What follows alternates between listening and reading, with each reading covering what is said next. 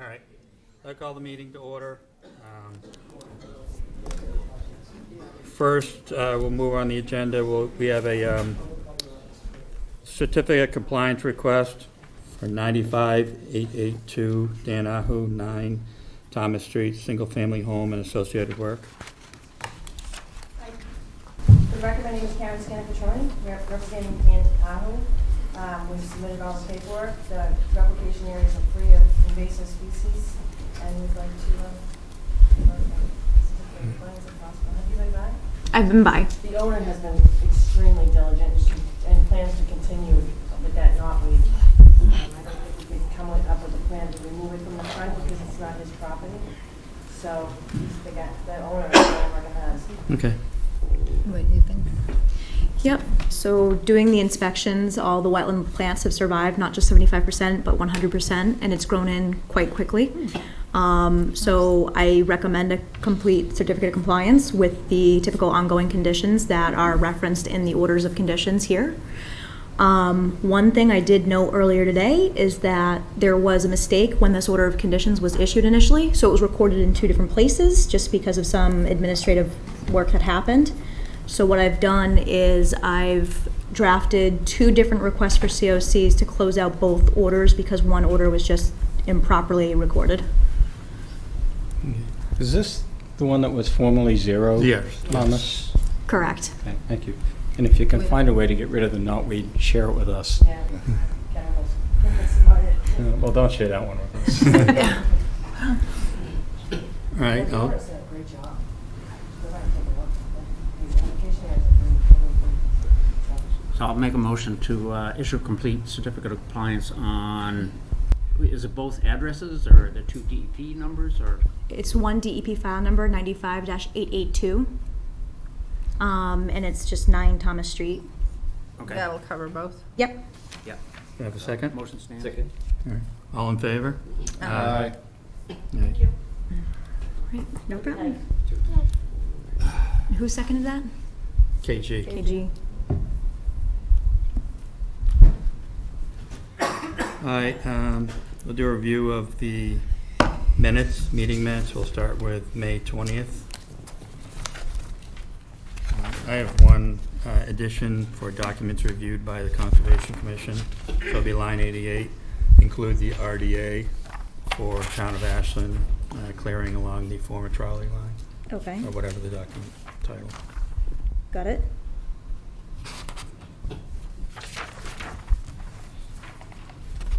For the corrections, I move that the minutes of May 20th. Oh, Line 46. Spell my name wrong. yeah.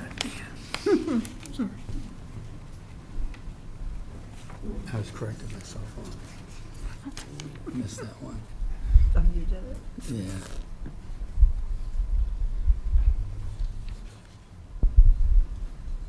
Okay. So continue from where I stopped. I move that the May 20th minutes as amended be approved. Second. All in favor? Aye. Carl? Okay. Yeah, I had a correction, but it's minor. All right.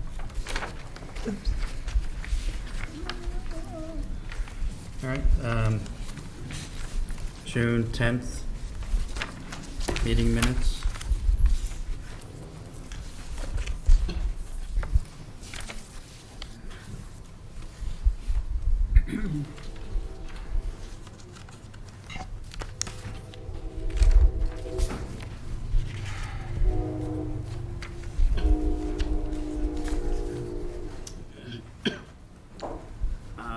Line 19, I wasn't at this meeting. Looks like I made a motion. All right. You control the board remotely. Stand back. So I don't, Let me make sure I didn't make any motion. No, you weren't there either. No. So it's either Carl or Greg. Greg. Do somebody's you gonna remember fess up. which one of you made the motion? On You know, the minutes. we could further discuss your motion making, Jeff, but won't. Because I didn't. 'cause I Which was one? Or on maybe the- just say a motion was made. Hmm. Oh, Kathy, it looks like it was you. Oh, I made the motion, so who seconded? And then Greg seconded. Okay. Yeah, that's right.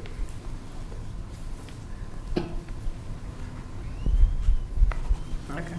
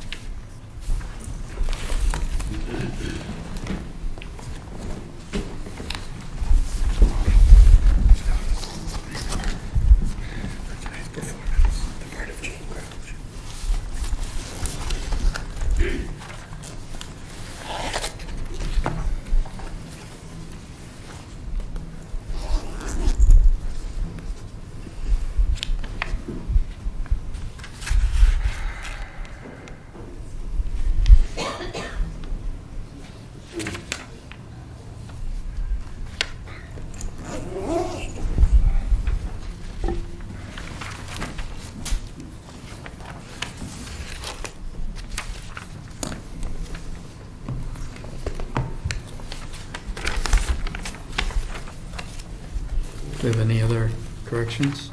I don't see any. I'll make a motion to accept the minutes of June 10 As amended? as amended. Second. All in favor? I abstain. Did you You don't abstain? have to in a minute. But I chose Right. to. Oh, KG abstained. Just KG? Okay. Yeah, I was not present anyway, so.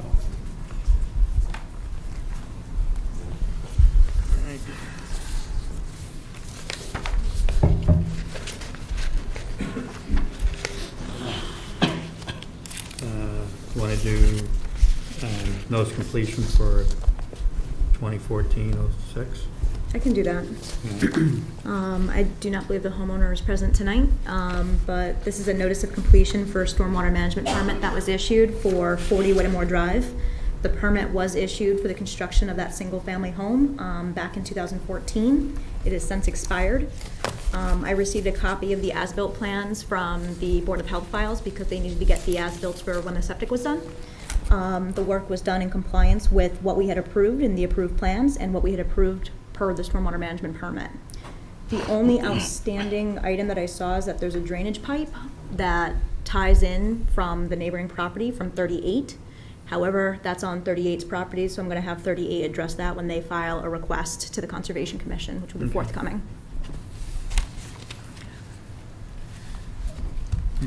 Is this the issue that we received, some kind of documentation from Cornerstone that someone was taking responsibility for this? No, this is further on down. That was 36. Okay. And This that's is a been couple addressed. houses down. Yeah.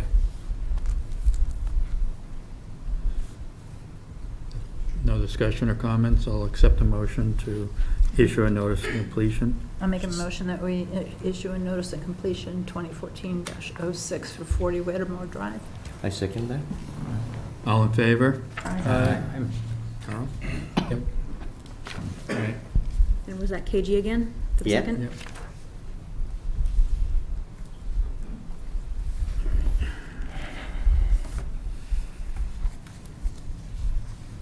Okay. Now, Bill, can you flip over Jean's sign so Matt isn't All right. mistaken? Anything else for 2 minutes? Yep. So I can talk about the tree removal that's next to the animal shelter. As you know, the animal shelter is located close to the Sudbury River off of Ponderosa Road. There's a couple of dead trees that DPW and police department would like to have removed, mainly because during a storm a few months back, one of the trees did break and landed on top of somebody's car, one of the volunteers' cars. so they want to remove just the dead trees. It is in floodplain. Some of the trees are just outside of floodplain, but are within the riverfront area. I wanted to make sure that I discussed it with the commission to see if you felt that that was okay, or if you wanted to see permitting. The hazard trees, or just the dead trees? They're all dead. Okay. Is this the same area that they asked to remove low brush earlier in the year? Was it earlier this year? And then on the Last other fall? side? Similar area, so right now there's a parking lot that is there for the Riverwalk Trail. The area that you're talking about, Carl, is right where that parking lot is. The area that I'm talking about is right behind that parking lot. But we approved that, correct? Correct. And was that finished, or? No, they haven't started work at this point.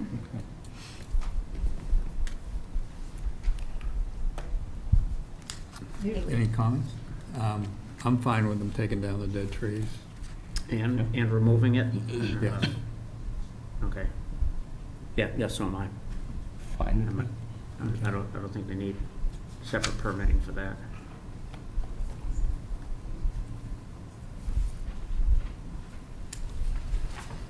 Everybody okay with that, or? Mhm. Uh-huh. Yeah.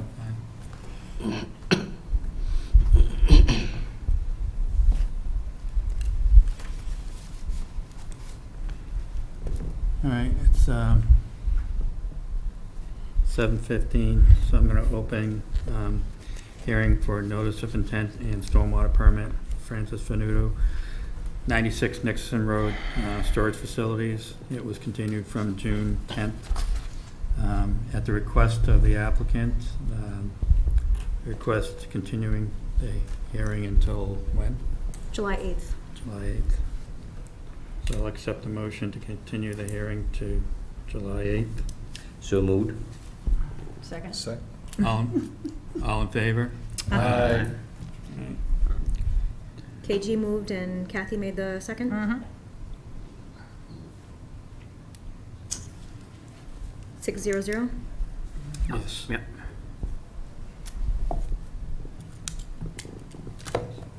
A small correction on the agenda at the bottom is the next meeting, 24 June. That should be 8th July.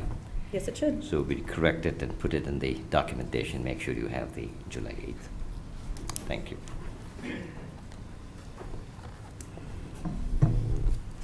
All right. I'm going to recuse myself and turn it over to Jeff to. All right, so I will open the hearing for a notice of intent and a stormwater management permit for Eversource. This is for the Hopkinton to Ashland transfer gas line replacement from Hardwick Road to Cedar Street. And this has been continued from May 20th, 2019. And tonight we have sitting with us our peer review consultant, Matt Farrell. He submitted a letter that has reviewed where he's reviewed the project and has come up with recommendations. So I think, Not all of it yet. We don't have the wildlife one yet. oh, we don't have the wildlife yet? No. So, Nope. so, do you want It's to stormwater. go through and explain what you've found in the review of the documents in any field? So Jeff, actually, I think Go ahead. it would be better if Eversource, since you're present tonight, and I think some members that are here in the audience may not have come to previous hearings. I think it would be worth Eversource actually presenting just information from the past, do a brief summary, and then going from there. I agree. I was going to summarize what we are reviewing and what we're not reviewing, if that's okay. Yeah, that's fine with me. The scope of this review is, as many of you know, but some of you don't know, there are two levels of review going on for this project. One is at the state level at the Utility Siting Board, and one is at the Conservation Commission here this evening. And they're two separate issues. There has been some discussion that the Board of Selectmen has no jurisdiction on this issue, and that's a little bit vague. Just so that everyone's on the same page, the town, at the beginning of this project, applied for what's called intervenor status. At the siting board, the town was granted intervenor status, and it's the Board of Selectmen that has that intervenor status, not the Conservation Commission. So all of the preparation and the submissions that have to do with the siting board are done through the town manager's office and the Board of Selectmen's office. So we're not discussing that this evening. But the Board of Selectmen is the controlling board for submissions for that process, not the Conservation Commission. I know that we've received some communication that has gone to a number of boards, and some of it is relevant to us, and it's all important to us so that everyone is having the same conversation. But some of it is relevant to the application of Eversource at the siting board, and some of it is relevant to the Conservation Commission. We are only discussing this evening things that are relevant to the Conservation Commission and their application for a notice of intent. And our jurisdiction, again, and I know some people are tired of hearing this, but our jurisdiction is somewhat limited in that it's limited to wetland issues. With regard to the Wetlands Protection Act at the state level and the Ashland municipal bylaw. At the last hearing, I believe, we hired a peer review. And that was Lucas Environmental. That's who Matt is representing tonight.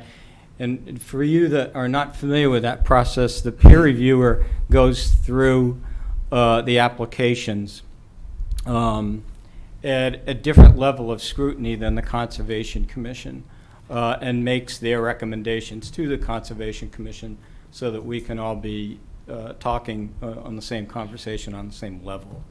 And I think that's where we are as far as Matt being here. Now, to your point, Meg, would you like to make some kind of an opening statement?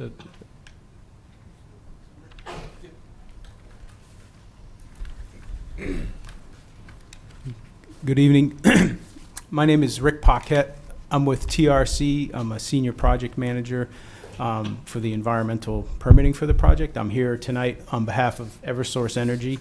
I've got Matt Waldrop, the Eversource environmental project manager, Sean Berthume, the Eversource gas engineer on the project, and Melissa Hancock, the public relations representative from Eversource, with me tonight to help answer any questions. I think what I'll do is just give a brief overview of kind of where we are from the last meeting that we had with the Conservation Commission, and basically a couple of things have occurred. We received some additional comments in a March 25th memo / letter from Conservation Administrator, and then, as you had indicated, Matt Verrill has conducted a peer review of the materials that were submitted and that peer review included both a review of the documentation, all the paper and maps that were submitted to the commission,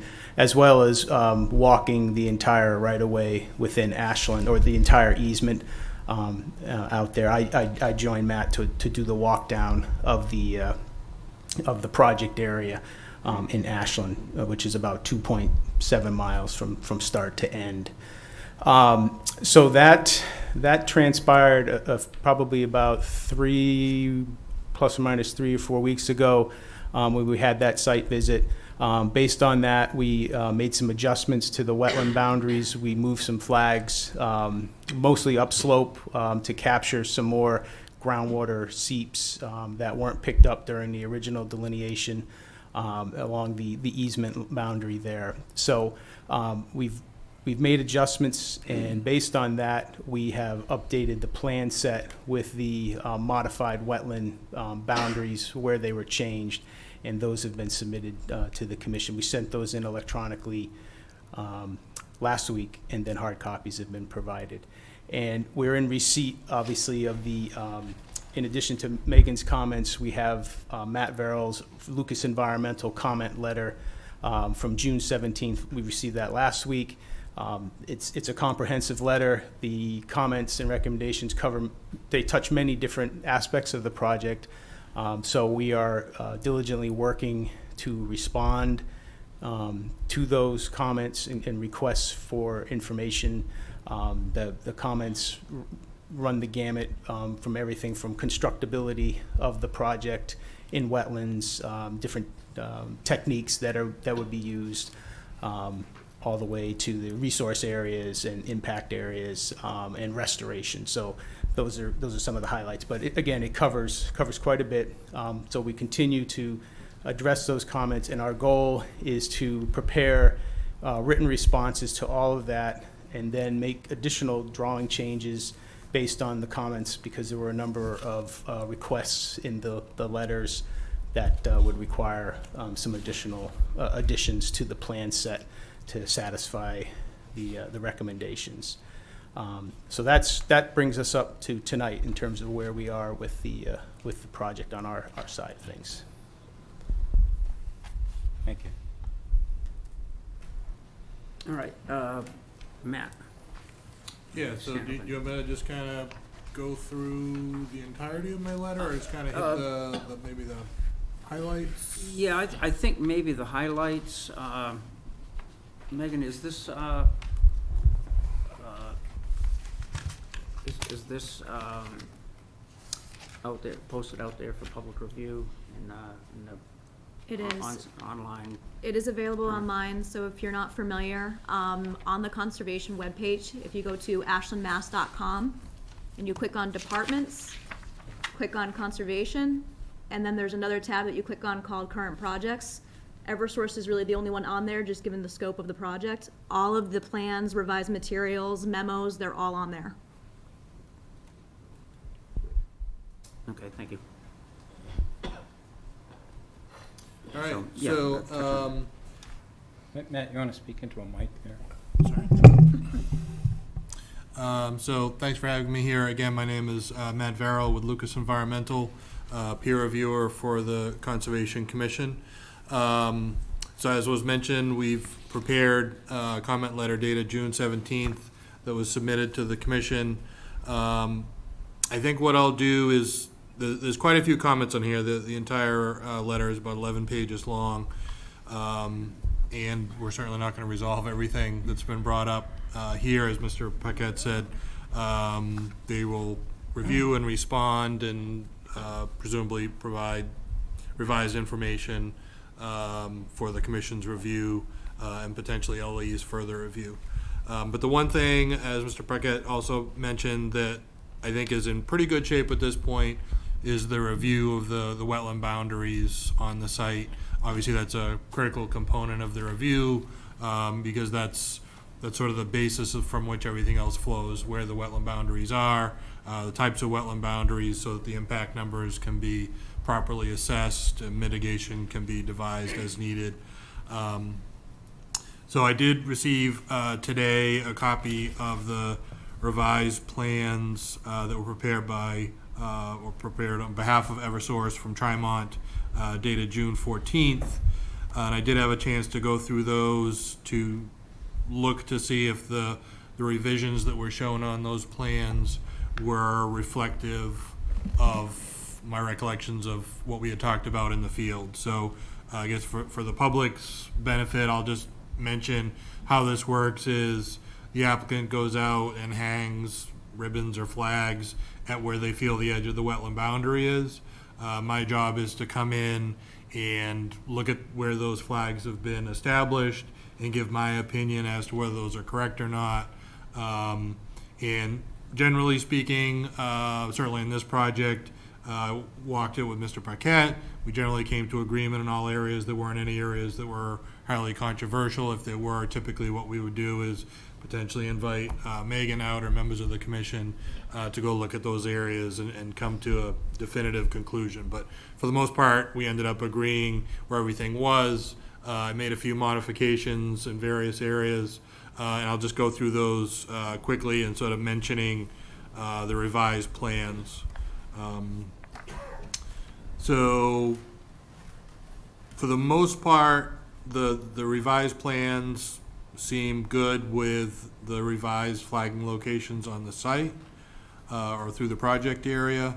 On sheet 13, they had added some wetland areas that are actually outside of the work zone, including one detention basin area, in order to show the buffer zone off of those. So I think that was appropriate. That was one of my comments when we were in the field, was the idea that just because the wetland isn't necessarily within the actual easement or within the impact area doesn't mean that it shouldn't be shown on the plans from a buffer zone perspective. So there were a couple areas where they went out and added some areas. I didn't necessarily review the specific flagging for those. Some of those areas weren't necessarily flagged because again, it was buffer zone, so it's typically sort of in this situation, I think an approximate location is suitable for determining buffer zone impacts.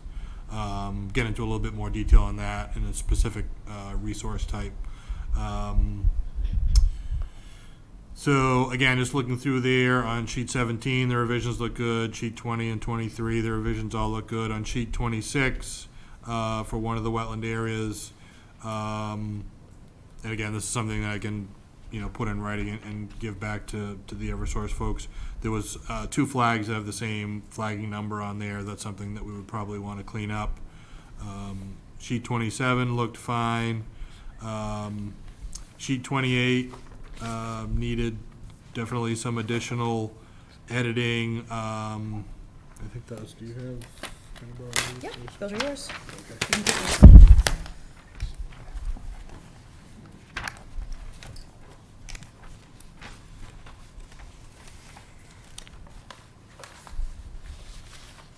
Yeah, so sheet 28, this is on the fairly large wetland system associated with Cold Spring Brook coming out of the Ashland Reservoir. There's definitely some additional editing that's needed on some of the flagging in here. It's a little, as Rick will remember, there was a lot of flags in a small area, and we moved quite a bit of stuff around, and I think there's still a little bit of cleanup that needs to be done on that. So for that particular one, I think we need a little bit more work. It may all be there, just we need to literally connect the dots a little bit better. So that was on sheet 28. Sheet 37.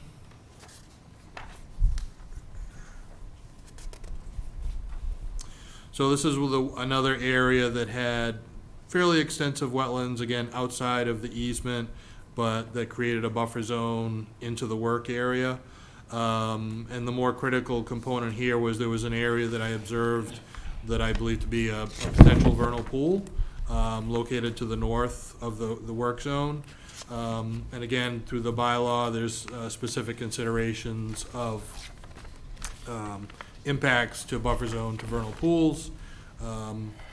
So I would recommend for that the actual limits of the potential vernal pool be shown so that the commission can understand exactly where it is with respect to the work zone. Again, it's not within the work area. It doesn't appear to have any direct impacts to it, but with vernal pools, there may be time of year considerations and things like that. Where was that again? This is on sheet 37, and the area that I had observed that I would call a potential vernal pool was sort of north of station 182 plus 00, give or take. Okay. Thank you. And I had spoken to one of Mr. Paquette's colleagues about that, so I think TRC is aware of where it is, but I think it would be worthy to show on the plan. On sheet 38, there are 2 wetland areas. The first one that's just east of station 188 plus 00, which was an originally delineated wetland. We made a very small modification to that subsequent to Mr. Paquette and I's site walk. And again, that just needs a little bit of cleanup as far as numbering and making it clear exactly where the limits are so that they're doing proper calculations for impact numbers and restoration, things like that. And then to the east of that, there was when I walked the line with TRC, most of it was making fairly minor tweaks to the wetland boundaries, but there were 2 areas of wetlands that I found that hadn't been flagged at all before. One is a further western section that they have flagged, looked at the flags in the field, agreed with the flagging. The flagging that's shown on the plan appears to be accurate to what was put in the field. No problems with that one. The area that's shown on this current plan that's just east of station 189 plus 00, this definitely needs some cleanup. When I went out, so originally when Mr. Paquette and I walked it, I raised it as an area that certainly appeared to have potential for wetland and recommended that they do some additional investigation vis-a-vis looking at soils, evidence of hydrology, vegetation that occurs in the area, and then either make a determination that it is in fact wetland and flag it, or the determination that it's not wetland and document why it isn't wetland so I can review that. And what we ended up on this one, which was a little bit confusing, was that they flagged a fairly large area as wetland that's shown on the plan, but then submitted documentation that said they didn't feel it did qualify as wetland at all. And then to confuse things a little bit more, when I went out and looked at the site with a representative from TRC, I convinced him or made a strong recommendation that I felt a portion of it does qualify as wetland, but not the entire area that they flagged. So at the end of the day, I think for this area, there should be a wetland shown on the plan in this specific area, but it should be smaller than what's currently shown on the most recent plan set. So that will need some cleanup, and then I'll need to review what that comes back as on the revised plan. So that kind of covers the delineation portion. If we can make those sort of clean up things on the plans, and I think that portion of the review and can be put to bed, with, of course, the caveat that if any commission members wish to go and look at either of these 2 new wetland areas that have been established, to, put in your comments on where you feel if the boundaries are correct or not. Obviously, that's your prerogative to do so. Happy to join you on such a visit to lend my input as needed. So I don't know if that's something you want to discuss further now or move forward. I have a question for Matt. Yeah, go ahead.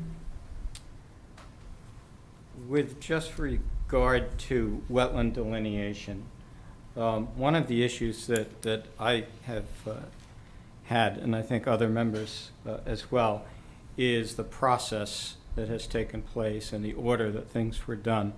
You mentioned in your report that given these changes in wetland delineation, some of the impact numbers need to be recalculated. The single environmental impact report was approved almost a year ago based on the numbers that were given to us at the original application. And at that time, we had even corrected some wetland areas that were not identified on the plans. So given the scope of the changes in the wetlands, would you confirm that these numbers should be recalculated so that there's an accurate description of what the actual impact is to these? Yeah, absolutely. It's a bit unfortunate that the process has gone this far with a wetland boundary that hadn't been fully confirmed, because it not only affects the notice of intent process here, but as you mentioned, potentially the MEPA process, and then process through the 401 water quality certificate process and the Army Corps 404, all of which are looking at wetland impact numbers as part of them making their decisions. So I think any wetland permit that has been issued to date, or one that is in process of being reviewed, the wetland numbers will need to be revised accordingly so that those agencies that are reviewing it are reviewing the proper numbers and can make an informed decision. Thank you.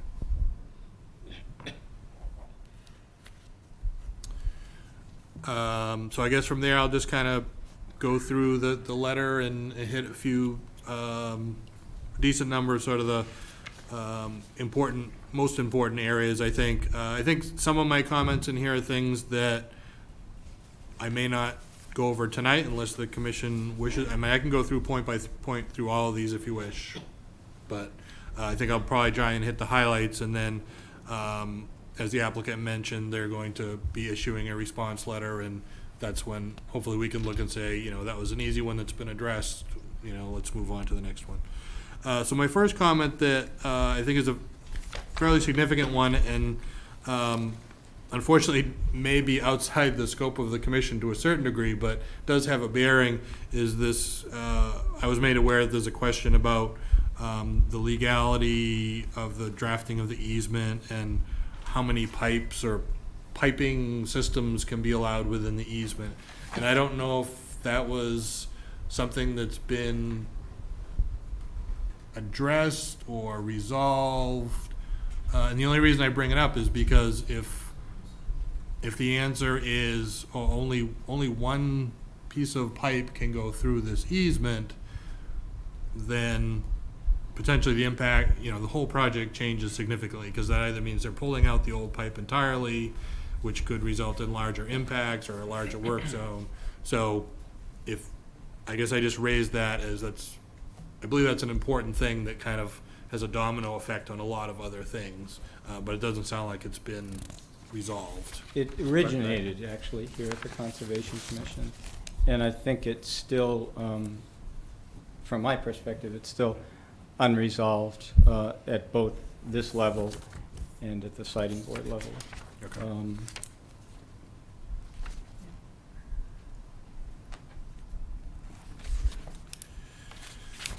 Okay. I think the next one that I'll address in the letter is number 4, which talks about the application being submitted as a limited project. And one of the requirements of reviewing limited projects, I'll just read quickly the language that's in the Wetlands Protection Act that applies to sort of the review of the commission. It says, in determining whether to exercise its discretion to approve the limited project listed in 310 CMR 10.533, the issuing authority shall consider the following factors: the magnitude of the alteration, the significance of the project site to the interests identified in MGL Chapter 131, Section 40, which is the Wetlands Protection Act, the availability of reasonable alternatives to the proposed activity, the extent to which adverse impacts are minimized, and the extent to which mitigation measures, including replication or restoration, are provided to contribute to the protection of the interests identified in the Act.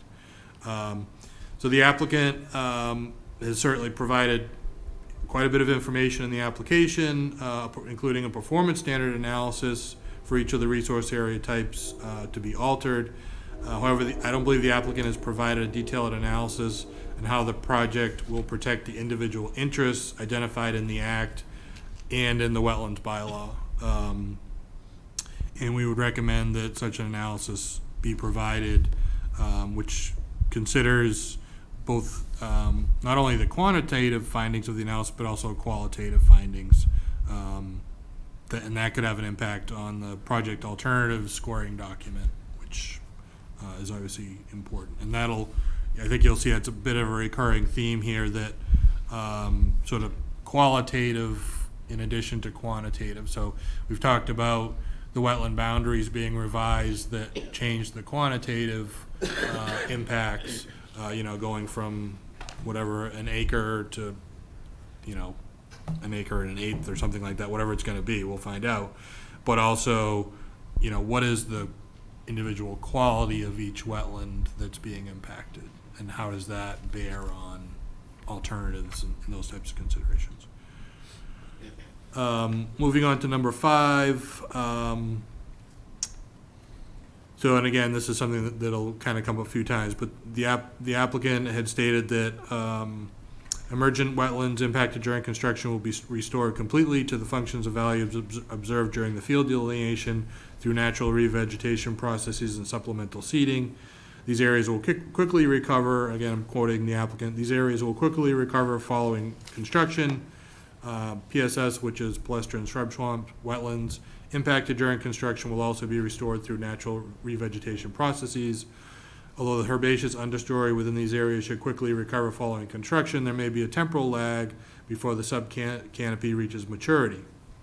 So our recommendation was that the applicant provide the basis for the statement of an anticipated quote-unquote quick recovery of impacted wetlands. And then the recommendation to the commission here is to discuss if mitigation is warranted for the temporal loss of habitat that is described by the applicant.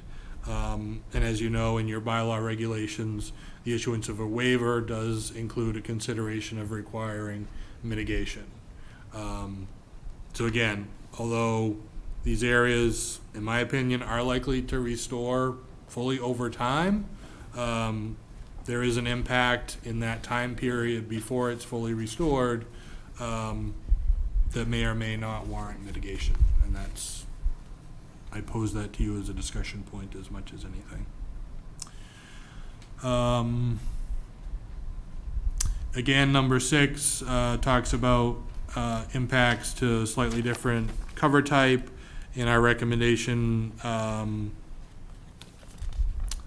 so one of the things that they talk about is that there's some of these areas do have some mature trees growing on them that will need to be cut in order for the work to continue, but the trees will not be allowed to regrow because it is an easement that would need access, and I fully understand that. However, I guess I would raise the question that if the trees have been allowed to grow now, why wouldn't they be allowed to grow back in the future? You know, why are they there now?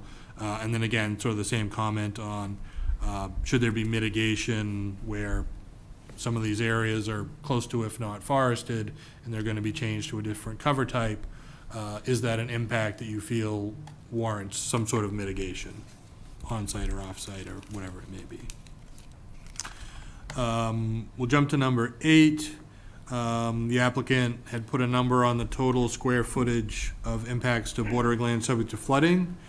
And this is, I guess, a bit of a technical, I don't know, I'm not sure if it's a differing views or not on this, or if the applicant may have just miscalculated this, but in my experience, in my opinion, in my reading of the regulations, the resource area bordering land subject to flooding begins where bordering vegetated wetland ends. So bordering vegetated wetland is obviously defined by prevalence of wetland vegetation and then evidence of hydrology, be that hydric soils or other evidence of hydrology, leaf staining, shallow rooting, things like that. Floodplain is defined by the FEMA 100-year floodplain. And on this particular site, we do have some floodplain within the proposed work zone, within the easement areas, but much of it is overlapping. The 100-year floodplain is overlapping with the areas of bordering vegetated wetland. And from what I can tell, it's a fairly small portion where the floodplain occurs in upland areas where it would then qualify as bordering land subject to flooding. So in my opinion, I feel the applicant has overstated how much bordering land subject to flooding resource area is being impacted by the project. So you think he's taken both the BVW plus the floodplain, add them together, but not subtracted the overlap? That's what it appears to me, and I don't know if Mr. Paquette has any clarification on that, because that might be an easy. Yeah, you're correct. We calculated it based off the entire floodplain, so we didn't subtract out the BVW overlap for it. Okay. But we can make that subtraction. Yeah, so again, that's somewhat of a... And if they're redoing their BVW square footage on the overall project, this will probably change too, correct? Yeah, so I think it's based on the reflagging and everything else. I think there'll have to be sort of a recalculation of all those numbers that should be resubmitted on the appropriate forms. Number 9 talks a little bit about invasive species infestations within the project area. I noted a couple of areas where there's fairly significant presence of common reed, Phragmites australis, which is, as you know, quite a bad invasive plant that likes to grow in wetland areas. And my recommendation is the applicant provide some bit more specific methodologies for control, post-construction monitoring, and treatment in areas that are higher risk based on the assessment of where these areas are infested. And again, that may be something for the commission to decide whether they want the applicant to go out and provide more documentation on exactly where these areas kind of start and end. There's, as there is all over Ashland, all over Massachusetts, there's invasives everywhere, and you, to a certain degree, have to pick and choose which ones you're gonna try and attack, because it's virtually impossible to take care of all of them. But something like Phragmites is a pretty nasty one. And where it's somewhat limited out there and where it is, I think for that one, or more if you guys want, is worth a little bit more attention. Matt, a question on that. If it's within an area where they'd be excavating soils, and I know you were planning to, segregate your soil as you excavate it so it could be reused, should it be just taken out and removed at the point of excavating, or hand pick it so you can use? So the rest of the soil? Phragmites spreads by rhizomes in the ground, so basically their root structure. And it takes a very small piece of that root structure when it goes back in the ground to then sprout into something. So certainly my fear would be is that, okay, they're working on, let's say, a 500-foot section that day, and they're digging out all that topsoil, and some of that has Phragmites in it, and however they're containing it, we'll get to a question on that in a moment, but let's just say they're putting it in roll-off dumpsters just to keep it contained, and then they lay the pipe in, put the subsoil back in, and then they're taking that topsoil and spreading that back in, where you may have had Phragmites in a fairly confined area, maybe you're potentially spreading that out over a larger area. Or moving it to a new area altogether. Right, or right. Mix and match. Exactly. Okay. And or Phragmites, like all invasives do, like to take advantage of disturbed soils. So it'll grow very quickly and often outcompete the natives that you want to grow back. So I think certainly a consideration of soils that are basically contaminated by Phragmites rhizomes potentially should not be reused and should be disposed of at a landfill or something like that. Okay. And again, I think the applicant can certainly respond to that and may have other ideas that are worth discussing. So number 10, I had talked already when we talked about the wetland areas a little bit about the potential vernal pool. And again, your bylaw has some fairly specific requirements with regard to protecting vernal pools, and I think the applicant should provide some sort of language demonstrating compliance with the bylaw standard, and potentially if there's mitigation either proposed or if the commission would want to see some sort of mitigation for any impacts that, again, may or may not occur. If the applicant can demonstrate there are no impacts and you folks agree, then that may not be a big issue. Going to skip down to number 19. The ones sort of 11 through 18, I think are a little bit lower level. Still important, but for the sake of time, I think we'll jump to 19 here. So in the construction description, the project narrative states, to quote, to expedite backfilling and minimize hauling by truck, excavated soils will be stockpiled immediately adjacent to the open trench, end quote.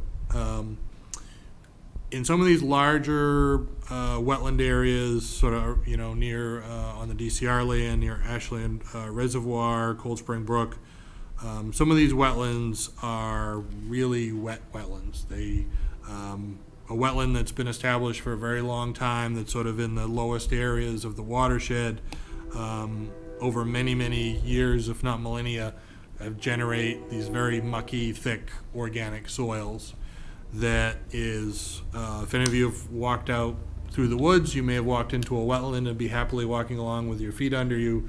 All of a sudden, your knee or, God forbid, thigh deep in mud. Those are the types of soils that are out there in some of these locations. And probably just from your direct experience, when you go to pick up a handful of that mud, it kind of just dissolves in your hand because there's so much moisture in it. So being able to pick those up and stockpile them directly next to a trench, I think is quite unlikely that it's just going to stay there. It's going to spread out and potentially, again, if we're on timber matting, needs, I think, a better solution for how that's contained. Again, whether that's picked up and put in some sort of a, a roll-off container, or again, I'm not designing it for the applicant, but I think there certainly are areas where soil can come out, be put next to the trench, and it'll stay where it belongs. But for some of the soils that are out there, that's, in my opinion, going to be problematic. Matt, before you jump any further, Yep. could you speak to 11?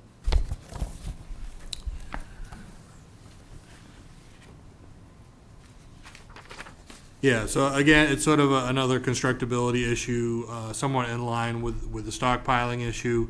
So the applicant had talked about needing, obviously, when we have situations like this in these very wetland areas, or just seasonally, they're going to run into water when they're excavating this trench. And oftentimes that water needs to be pumped out in order for the hole to be dug properly or for the work to be completed properly. And when that water is pumped out of the hole, it has to go somewhere.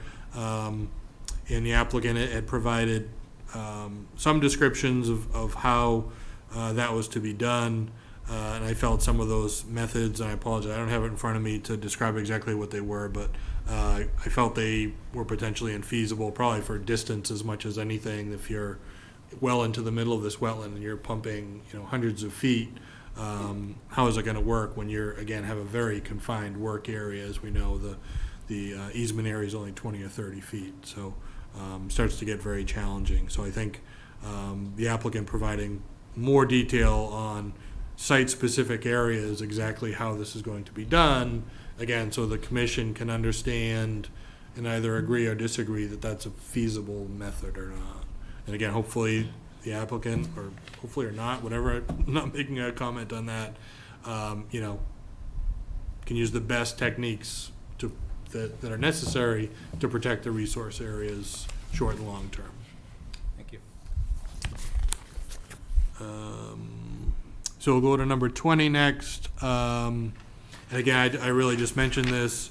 I think the applicant needs to provide greater detail on the feasibility of constructing the project within the confines of the easement.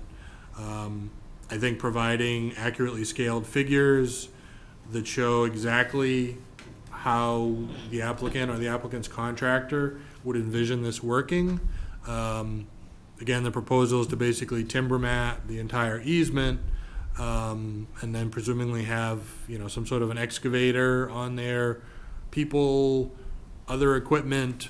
And I think it's important that the commission is comfortable that in reality, the way the work is being proposed can actually be done, and that halfway through the project, or even just, if our order of conditions were to be issued, that the applicant comes back and says, it turns out we really can't build it that way.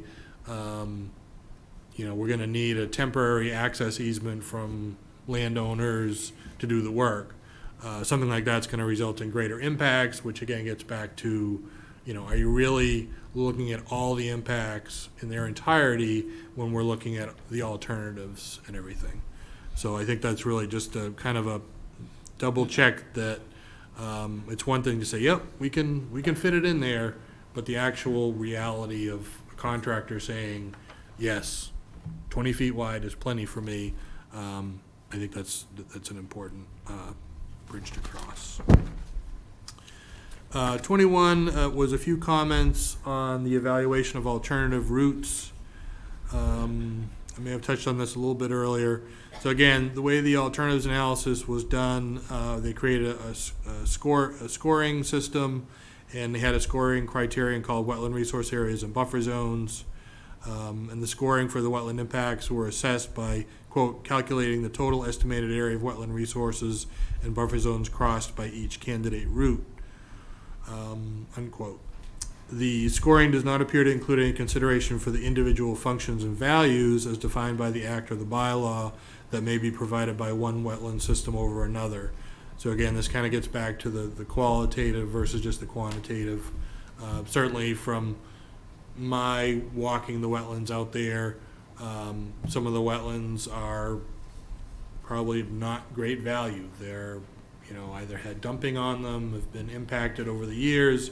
There are certainly some wetlands out there that are quite valuable, that are, these deep mucky wetlands that have been there a long time that I think is shouldn't all be sort of lumped in. I think we have apples and oranges out there, and treating them such, I think, makes sense. So our recommendation was sort of throwing it out to the commission here to discuss if there's a desire for the applicant to score the wetland resource areas and buffer zone impacts qualitatively in addition to quantitatively for each alternative analyzed. So again, that would be not only the route that's been proposed in this application, but looking at the other potential routes and potentially scoring them qualitatively as well.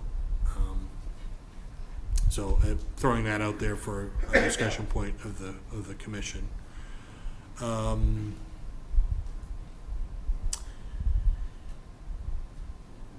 So, and again, like we had talked about, the revised wetland boundaries, which are impacting not only the wetland boundaries, but buffer zones, things like that, potentially changes to floodplain impacts. We recommend that the applicant review the scoring analysis based on the current wetland and buffer zone impact. So once all these numbers have been revised, plugging it into whatever spreadsheet is being used to determine if the preferred alternative remains the preferred alternative or not. It very well may, or it may not. One other comment that I'll make, and again, this is maybe starting to get a little bit outside of Wetlands Protection Act jurisdiction, but it does relate back to, preferred routes and preferred wetland impacts, things like that. So the alternatives analysis, including a scoring criteria called residential units or residential structures. These receptors included residents that, quote, could be affected during construction by project activities, including noise and dust, as well as temporary traffic disruptions. And I guess the question that we're raising is if the applicant viewed these impacts all equally, or if they were different. So if the easement went through somebody's backyard and they were digging up a backyard, maybe having to move a shed or go through somebody's vegetable garden or something like that, was that equally weighted versus them digging up the street in front of their house? Again, this can kind of be a discussion thing where the commission says, yeah, that's outside our jurisdiction, never mind. Or, it kind of gets back to the same thing with the wetlands of sort of qualitatively and quantitatively, that not all impacts are the same.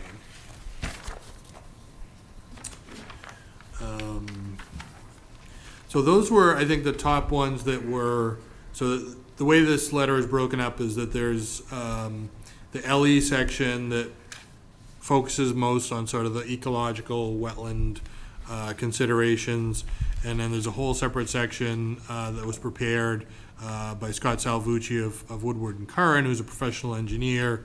As part of the scope of the project, you had requested that the professional engineer review the project from that perspective. I am not a professional engineer, so we subbed that out. We don't have one on staff, so we subbed that out to Woodward and Curran. And he's provided a list of comments on that that I think I'll refrain from commenting on. Most of those, I think, again, fall into the category of warranting a response from the applicant, but aren't necessarily game changers for the most part. So I think I will leave it there, and if there are any other particular ones that the commission wanted me to address, I'm happy to do so at this point.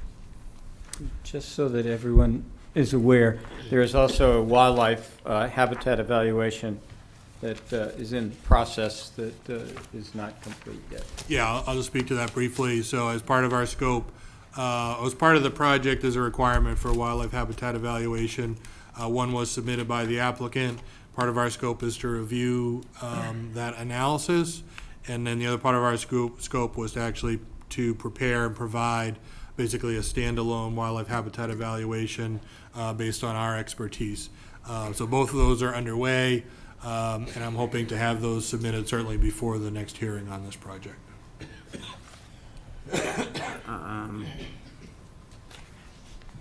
All right, thank you, Matt. One of the things that I'm thinking of, and I guess before I say that, when we finish our discussion here at the table and get responses from the applicant, then I will open it up to questions and comments from the audience. Alternative routes.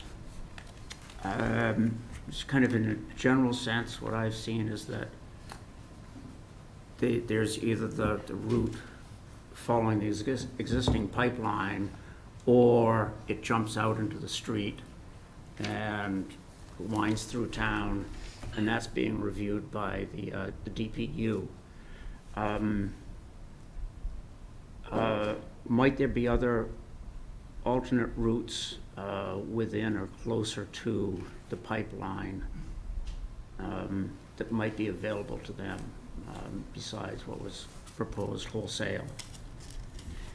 In particular, something that's come to that I've thought of, and I haven't brought this up here, but I did send a letter to the DPU, and that was the big wetland swamp at the toe of the slope of the dam.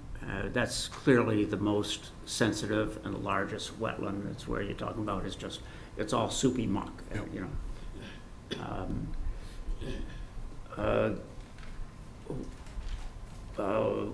Do you think it would be feasible to, and I'll put this to the applicant too, to say as you're coming down through the Ashland State Park and you're heading east, I believe, when you come out to Metropolitan Ave, before you get to those houses, you cut back towards the dam and then run a pipeline along the toe of the slope of the dam.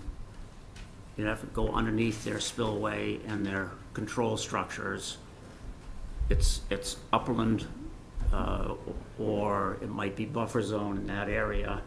You go under Cold Spring Brook, and then on the other side of Cold Spring Brook, as it heads up the hill towards Chestnut Street, you're all in upland, wooded upland.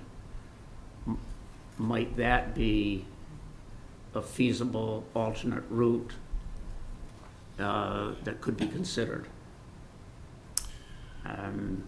I'm not sure I can answer that question. I think that's certainly a valid question to give to the applicant. I'd like the applicant to kind of think about that, because that's clearly the largest single difficulty, I think, both constructability as well as the sensitivity of is the most sensitive wetland along the whole alignment. Can I comment on that for a minute? Oh, sure. At the last meeting, I brought a Google Earth drawing of that Right, wetland yeah. complex. And that wetland complex is fed not only by Cold Spring Brook, but I guess it's the area, Matt, that you have described as east of West Union Street. It's either that or east of Metropolitan Avenue. But that wetland system that that forms down near Main Street is fed by Cold Spring Brook and a brook that comes down behind the houses on 135 that circumvents all of that area that you're talking about, goes under Metropolitan Avenue near Christie Lane, and then into the Willow Swamp. So, and that's just as significant, from my perspective, a concern It's a broader wetland than the one that we're talking about. It's completely wet and completely mucky all the way across. It's not the one that you and I visited, but eventually there's a confluence of those wetlands. Okay. And so to go the route that you're talking about still has to go through that area, the other area.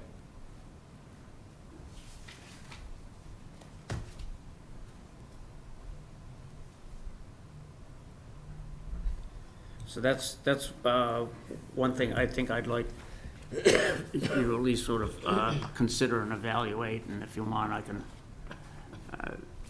you know, it's not a total solution, but it would, at least the place where the route I'm thinking of, it would get you out of the worst part of it. And then I think following up on Matt's recommendation here, at some point I'd like to go out and see these new areas where you want to add the wetlands. I've walked a good portion of it, but certainly not the entire line, but I do want to be familiar with it. So, Yeah, the how two we areas that arrange were added were quite small, I will say that. Okay. They're not anything terribly large, and they're, one I would consider sort of a hillside seep, again, that had enough vegetation and other evidence of hydrology to qualify. In the second area, which is what I'm calling Impact Area 9, that was one that was a little bit of confusion on the plan, exactly how it was flagged and categorized and everything. To me, it appears it's potentially a remnant of a filled wetland, and I think it qualifies, but it's not much, and there's a lot of stuff dumped in it, so it's not the best wetland in the world, but again, that kind of gets back to the qualitative and quantitative discussion. But yeah, I'd be happy to go out and look at these areas with you. All right, I think what I need to do first is, you know, read through your letter and look at the plans and see exactly where it is. And then we can talk about that. I think some of the other, Yeah. go Question ahead. to the applicant. You know, the Lucas letter 3.1 talks about the easement condition. Has that been addressed at all? Because that's going to affect how you're going to construct it based on one or two pipes that you're going to put in. So has that been addressed? The easement condition, that there should be only one pipe under the easement condition.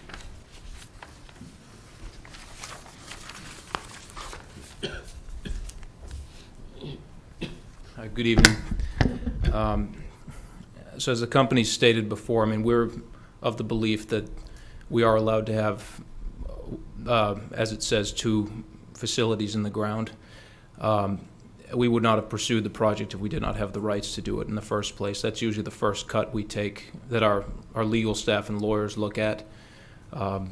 That has come up at the EFSB proceeding, and we did provide them our rationale for it, and as did the town's lawyer provide their rationale, and I believe that's, in terms of the siting board, that is still being worked out, but the company has not changed its belief that, you know, we can do the project and have the rights to do it as we've currently proposed. All right, thank you. A couple of questions that Matt raised, I think that we need to resolve is, do we as a board want to have the weighting of both, you know, the quality of the wetland areas, as well as you talk about the structures of residential areas. I'm all in favor of that. I think, you know, nothing is the same out there, and each one should be evaluated separately, I mean, individually. Before we jump to that, for one thing, I have a lot of comments that I would like to ask Matt and the applicants, and I think that they're things that are relevant to what a lot of people may be here to weigh in on. And I would do that as quickly and expeditiously as possible. But I think that I think before we make any of those decisions that you're talking about, Jeff, we need to get the answers from Eversource to Matt's comments. I think it would be more helpful if we had the answers to Matt's comments before we made any final decisions on those suggestions. So, does he want the applicant's opinion on what, on the weighting issue? Or On all of On them. all of them? Well, they have to weigh in on all of the comments of peer review. Right, yeah. And we don't they- have those And I yet. presume they will by, Next meeting? they will in writing, whether it's by the next meeting or not, but, because there are still issues to be resolved here. Yeah, and I think, I guess one of the questions that Megan and I talked about earlier today was the question on, so thinking a little bit further out. So Lucas Environmental submitted our initial comments. We'll be following up with the wildlife habitat evaluation. Presuming the applicant will provide a response to this. And then the question arises, at that point then, presumably you'll want Lucas Environmental to review the responses and either say, yep, we agree, or there's more to be vetted here. So that's sort of just want to hopefully leave here tonight with some clarification on that, just sort of process-wise going forward, so that we know expectations from our part as well. And I think beneficial to the applicant as well. Okay, yeah, go ahead. Yeah, Matt, thank you for the letter. I think we're certainly planning to respond to all of the questions. The only one that I think might be problematic, just considering the EFSB proceeding, was the last one that discusses the weighting and scoring with the wetland resource areas and how they were scored in comparison to the other categories, because that's exactly what we're doing at the EFSB right now.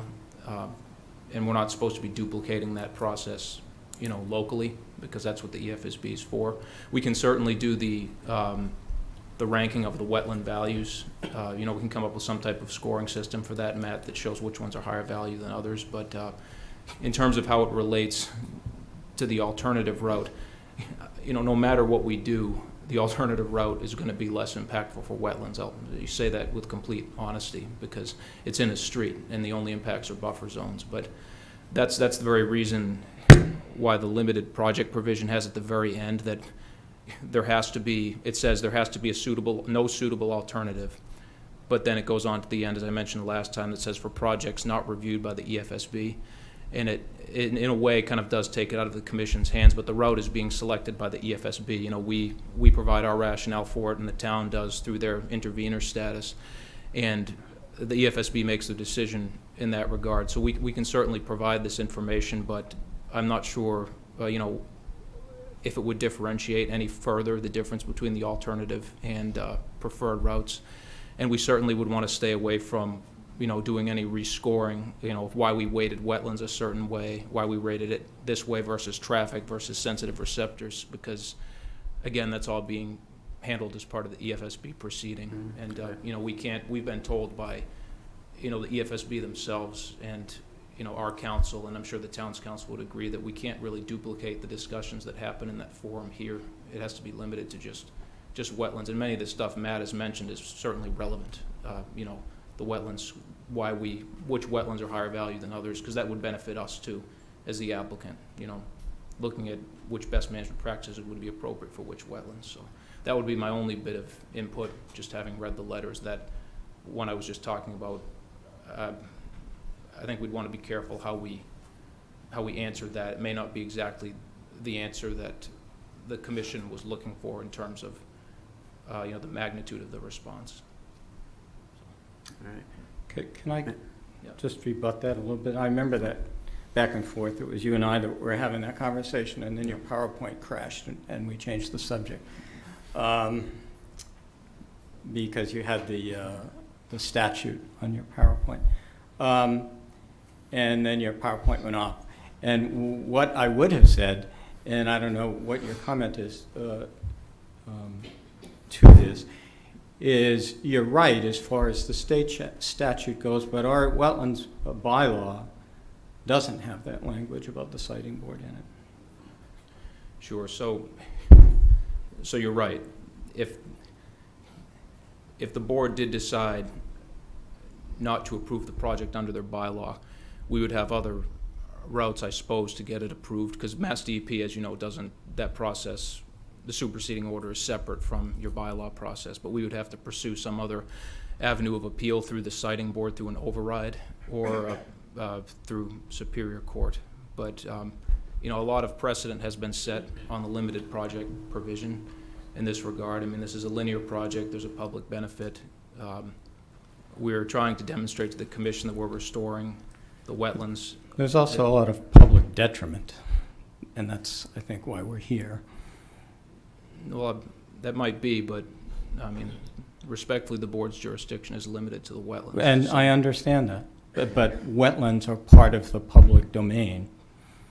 Yes, I agree. Okay, if you don't mind, Jeff, I would like to comment on a couple of these things. Okay, And go get ahead. a response either from Jeff or from Mr. Waldrop or any of the others. The first one has to do, and you're right on the money with regard to some of these are game changers and some of them are not game changers.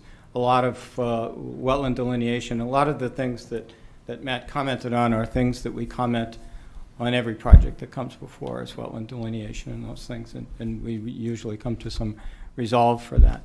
But there are problems unique to this project that are unique to any project that's been before us before.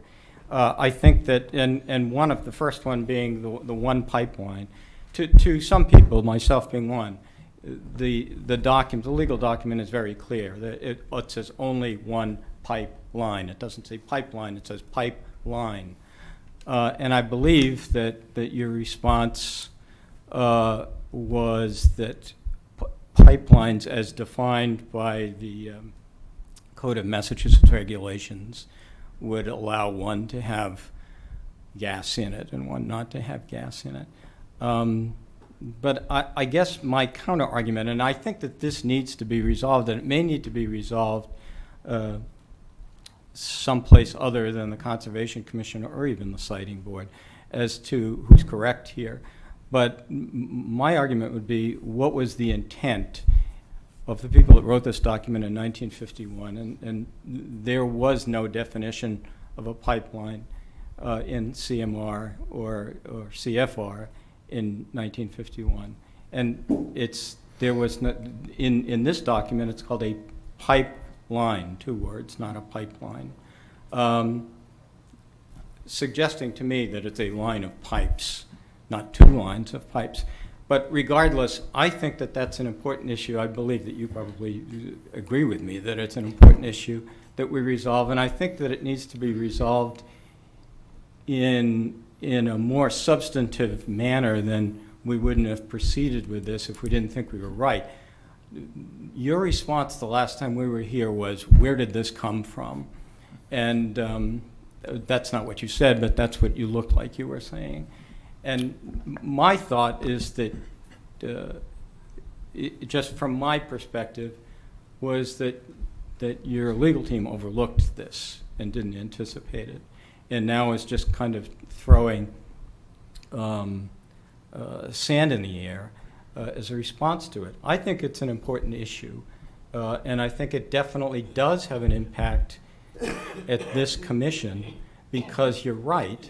If you do have to remove the old pipe, there's a significant difference in the impact that this whole project would have. And I think that that needs to be clarified.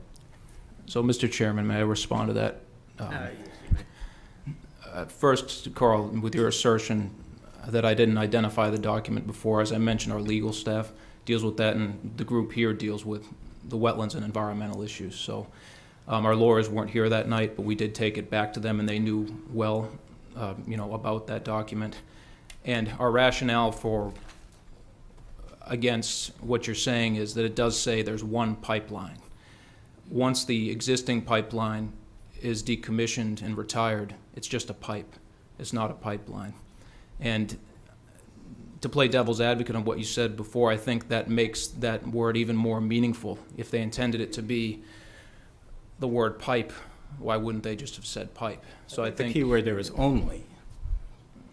But it says it says pipeline, not pipe. Oh, it says only And there is a one. definition And we could for- sit here all night and talk about this. Well- I just think that it's an important issue that needs to be Well, I resolved. understand. I mean, I'm just giving you my rationale for what Okay. was discussed, and, again, it's not appropriate forum here to And discuss. you and I it. are not going to adjudicate this, but I think that it needs to be adjudicated somewhere in order for for us to do what we need to do Sure, correctly. we'll just not here. Something that Matt mentioned in his report, but did not mention in his narrative, was the exposed pipe. Brimstone, is that the name of the road? Yeah. The exposed pipe that's been exposed for 15 years. And we brought that up at the last time, and I'm sorry that I'm paraphrasing. I'm just giving my kind of perception of the responses. But it seemed to me that the response was, it's not a big deal. And I tend to think that it is a big deal. I tend to think that it's potentially dangerous. And he asked the question in his narrative of how would this pipe be addressed? How would it be, and when? It comes in year 4 or 5 of your project. So yeah, I was just surprised that you think that it's an issue not worthy of addressing for 5 years. So again, just to clarify, what we had said is it's not an issue to be addressed in this forum. Again, it's not, even though it's in a stream bed. It is in this forum, though. But because it's in a stream bed, Carl, but Yeah. the safety issue, and if there was, the company takes safety first and always, which is why once we found out about it, the first thing we did was do a site visit. The DPU knows that it's exposed. Your fire chief and town officials have done an inspection, and we have responses in writing from them that it doesn't pose any imminent threat. There's no risk of it being hit by a vehicle or any other type of equipment. The one requirement we had from the DPU was to put a pipe marker on either side of it, which we did. And this came out as part of the proceeding, and the way it would be handled is once the project reaches this area, that pipe is eventually going to be, I believe, cut and removed, just that piece, to keep it out of the stream bed.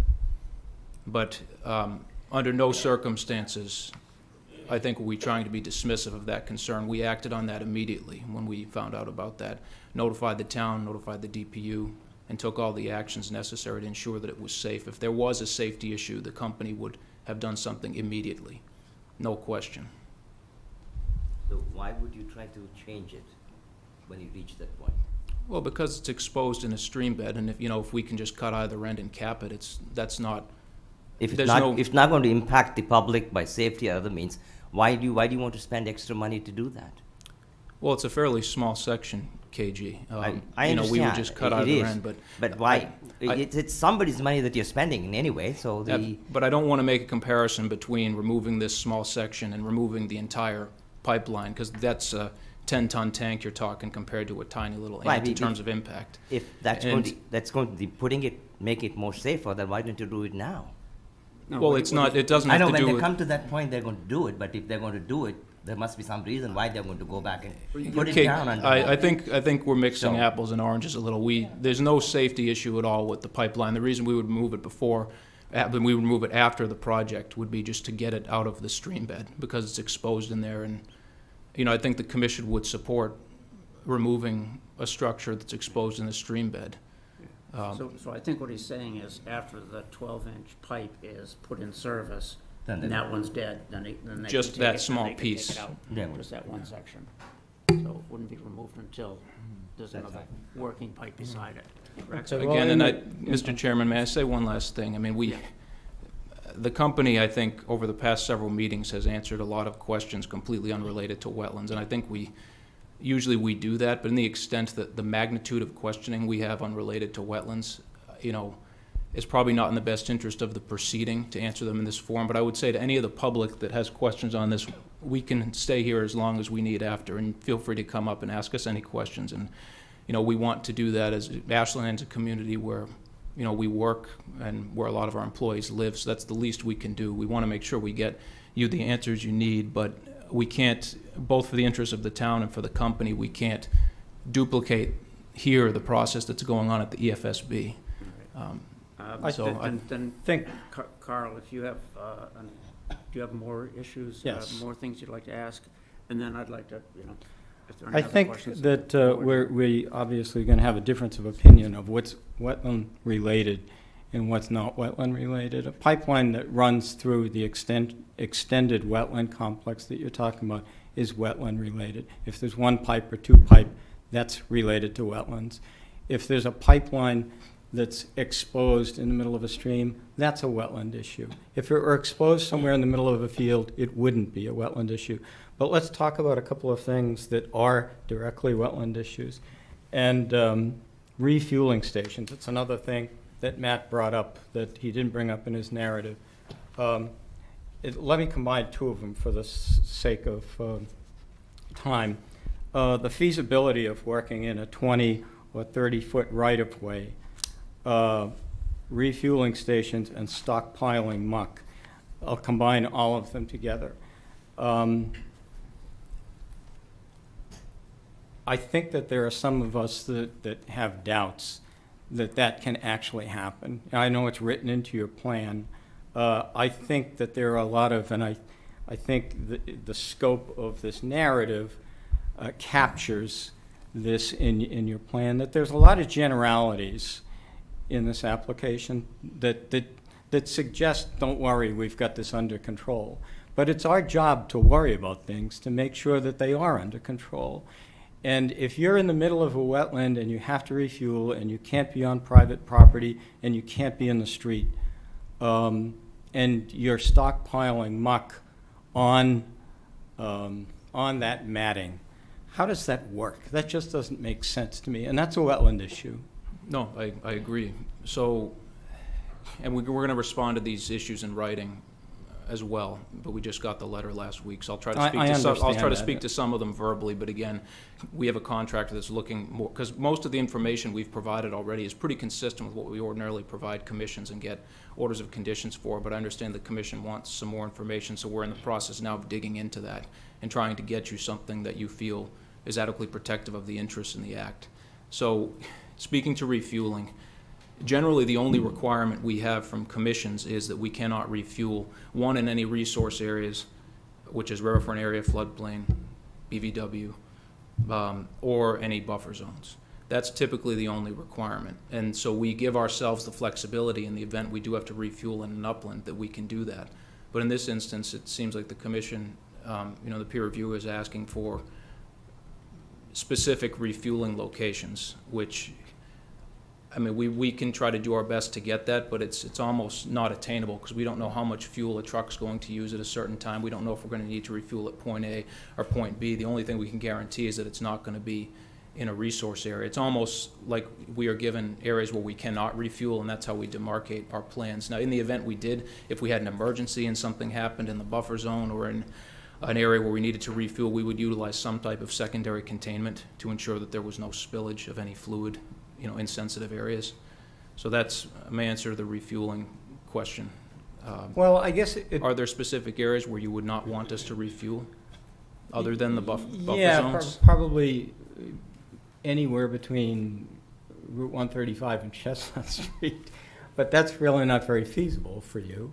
The thing about upland and wetland that most people may not understand is upland doesn't mean you're way up here. Upland means you're not in a wetland. And so you can be right here, and a wetland can be right here. And that area that you go through behind the dam at the Ashland State Park has upland between the brook and Cold Spring Brook. But it's also upstream from the rest of Willow Swamp.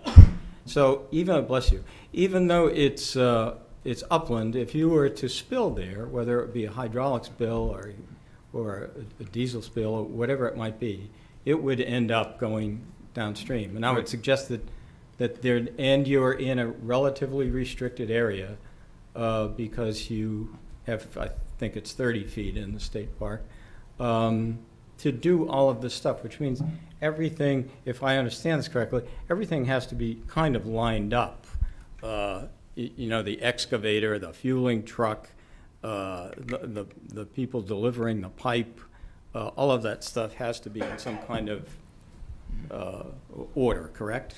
So let me just respond to your first question about the upland island in the middle of the state park, which I believe is the only one we have for the project. I mean, that, even though it's an upland island, would still be in buffer zone. So what I said earlier would apply. We would not be refueling there. It's in buffer zone. Okay. Unless there was an emergency, and then we would use secondary containment. But, I mean, we inspect the equipment daily. There's daily tailboards.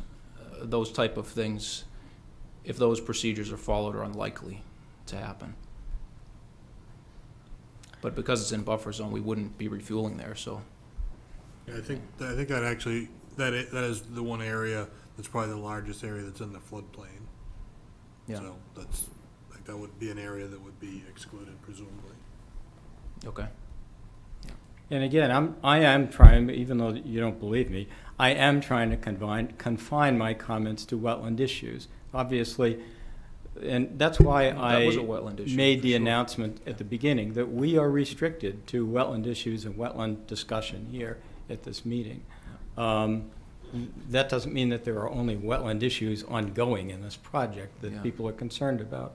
But I am trying, and some of them are overlapping. Some of them are wetland issues that are legal issues, or wetland issues that are potential wetland issues as far as refueling and things like that. Yep. They're not things that this commission usually deals with, because this is by far the largest notice of intent that we've ever considered while I was on the commission. Yeah. So it has very unique aspects to it. Sure. And keep in mind too, Carl, that, the EFSB is going to consider issues that you said are kind of on the cusp of being wetland and legal, and then determine what the route will be. So if they did determine that for some reason disagreed with our take that there could only be one pipe there and we had to remove the old, that increased impact would be taken into account. And ultimately, it's up to them to, approve the final route. So it's, like I said, we make our case, the town makes their case, and the board rules, pretty much. Yeah, and I don't want you to take offense to the fact that we're doing what we're asked to do. This is our Yeah. job here at the Conservation Commission. A lot of the And- stuff you've brought up has been helpful, like the stockpiling the mucky soil. Our typical spec is to stockpile soil on mats, but in inundated wetlands like that, that's one area that we're currently looking for a solution to. I thought that was an excellent comment, and I think, some of the solutions might be, like Mr. Varro mentioned, a trough, or we could use some type of silt fence reinforced with hog wire, and that's something that, again, we typically give generic details on that, but if in the event we want to give the board the information you need that you feel adequately protects the interests in the act. So that's one, the stockpiling the muck on the soil that we're looking into now to see if we can come up with, when we know we can, that it's not like it's never been done before. Gas pipelines go through these type of resources all the time. We just need to figure out which one is most appropriate for your review and consideration. We might propose a couple just to give us some flexibility too, depending on field conditions. All right. So I've taken up enough time, Jeff, thank you. Yep. Anybody else here at the table have questions or comments for the applicant? In that case, I'll open up to the audience. If you'd stand, give your name, and make your questions short and sweet, and we'll try and get an answer for you. Or remember, it will only be to wetland issues. Go ahead. Short and sweet, just like what the prelim had been like, short and sweet. Mark Tassoni, good evening. Through the chairman to the peer review, you mentioned letters and numbers of your report. Where are the locations of those letters and numbers by name? Because if we don't have a map, if you don't have a GPS, there's got to be land locations. I can That's speak the to question. that. So the Megan? letters and the numbers that are referenced have to do with the peer review letter that was issued by Lucas Environmental on June 17th. That document is available on the town website through the link that I provided earlier. go to ashlandmass.com, click on departments, go to conservation, and then click on current projects. You'll see all the documents for Eversource there, which includes this letter. And a set of plans, Set of plans are and a on there set of too. plans that go along with this letter. Referred to the plans. Correct. So, if people at home who don't have computers, they won't know. They can go to the library and If they don't Dial have it in there. transportation and can't get there on their own, they won't know. All right, Okay. next question, please. Next question.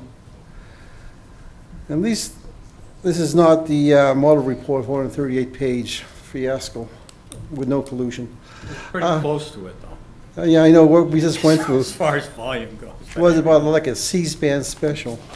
Okay,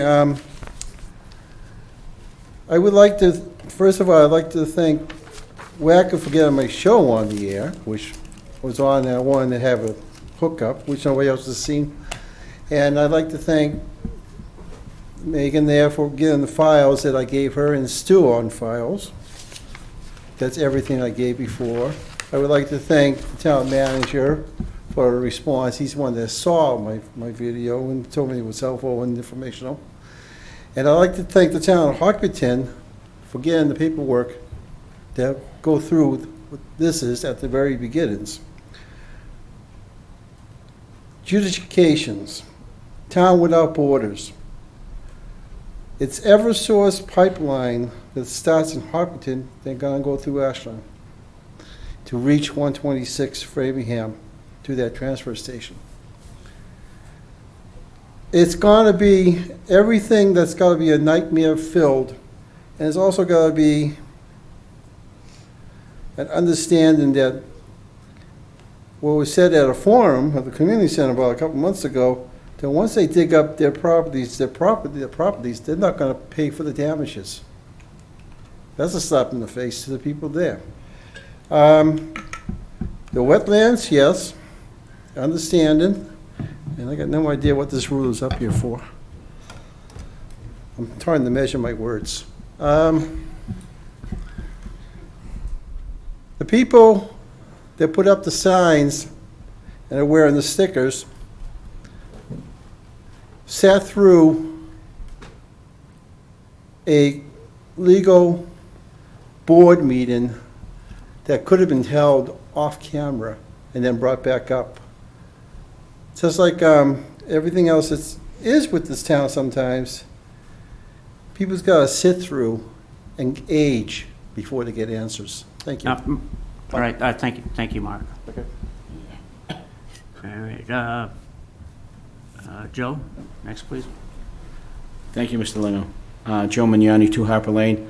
I'll address the question to you. You can ask Team Eversource the question on behalf. We've been talking about the wetland issues and working through the wetlands and using all extreme caution with respect to, keeping it as pristine as they can while they go through there.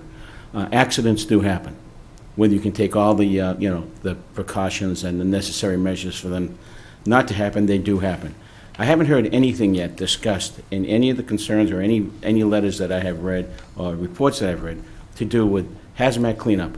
So will there be a hazmat truck there for that purpose, should something happen, or do you have to wait? Because in the meantime, if fluid does have to come out, or if it's hydraulic fluid, or if it's, diesel, I mean, it's going to have the opportunity to go further into the wetlands. So I would assume that there would be something available to contain that immediately instead of having to wait for something to show up on site.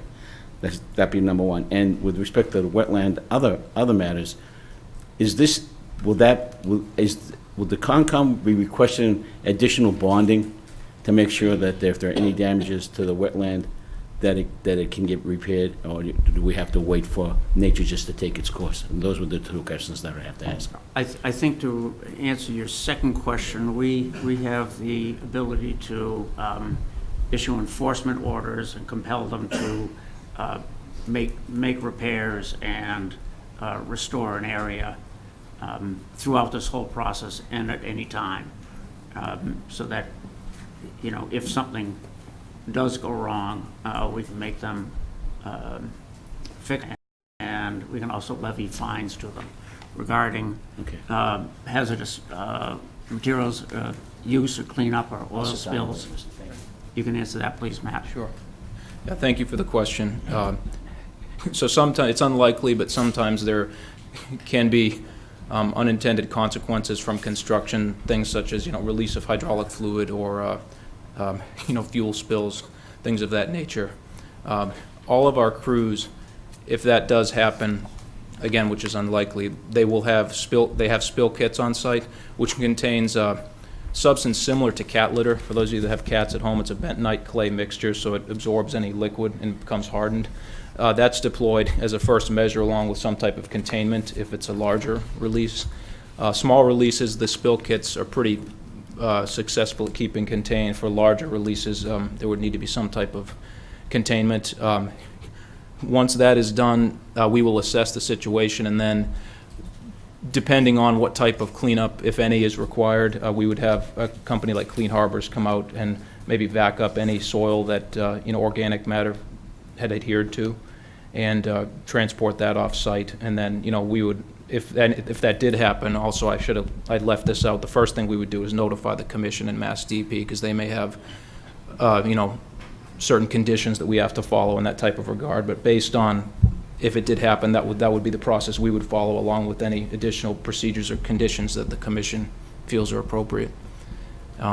And regarding the bonding question, I know, Mr. Chairman, you answered it already, but the last thing the company would want is enforcement. I mean, it exhausts the company, and being on a commission myself, I know there's nothing more that exhausts a commission more than enforcement. So if there was a situation, a corrective action that was needed, by all means, I can be your first call, and we can see that any corrective action is done in a timely manner. There's going to be a lot of eyes on the project, both internally, I'm sure, in the town, externally, and we want to work with the town and the residents to make sure that, again, it's protective of the interests in the act, but also protective of folks' properties.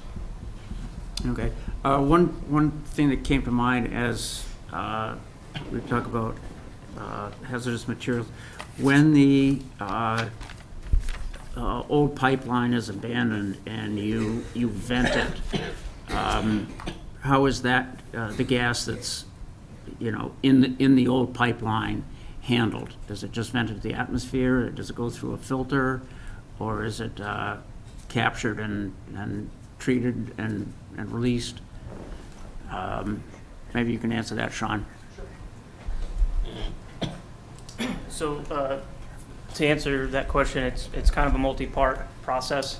The gas or the pressure in the line is vented to atmosphere, and there's certain means, use of silencers and things of that those measures that protect any ignition of gas while it's being vented. And then from there, an inert gas is put into the pipe, and all the gas basically the inert gas is used to push any actual natural gas that's in the pipe out of service. Is it flared off at all, or is it just vented at a slow rate and it dissolves as it goes into the atmosphere? That's correct. We typically do not flare. Okay. All right, thank you. Next question. Anybody else? Oh. Thank you, Jeff. Right there. Cliff Wilson, 378 Elliott Street. First of all, I hate to keep bringing up that, crazy one pipeline thing. However, since it was brought up, I get a kick out of the Eversource legal team. They remind me of a magician. Look at my left hand, but don't pay any attention to what I'm doing with the right. The same document that refers to that one pipeline also has the term transmission line in the same document, on the same page even.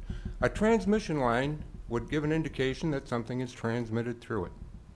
Now, they don't say that there's only one transmission line. They say there is only one pipeline. A pipeline could be an empty pipe.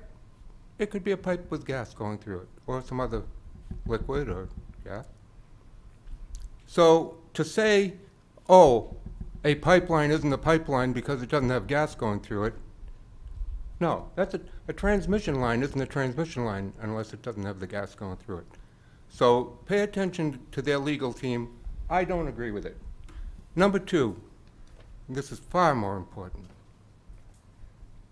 Earlier, Carl had mentioned a secondary source other than Cold Spring Brook coming down from Hopkinton and going into the Willows. For many, many years, that has remained unnamed. I noticed it several years ago, so I renamed it Cliffs Creek, so I'd appreciate it in the future if you would refer to that as Cliffs Creek. Thank you. All right.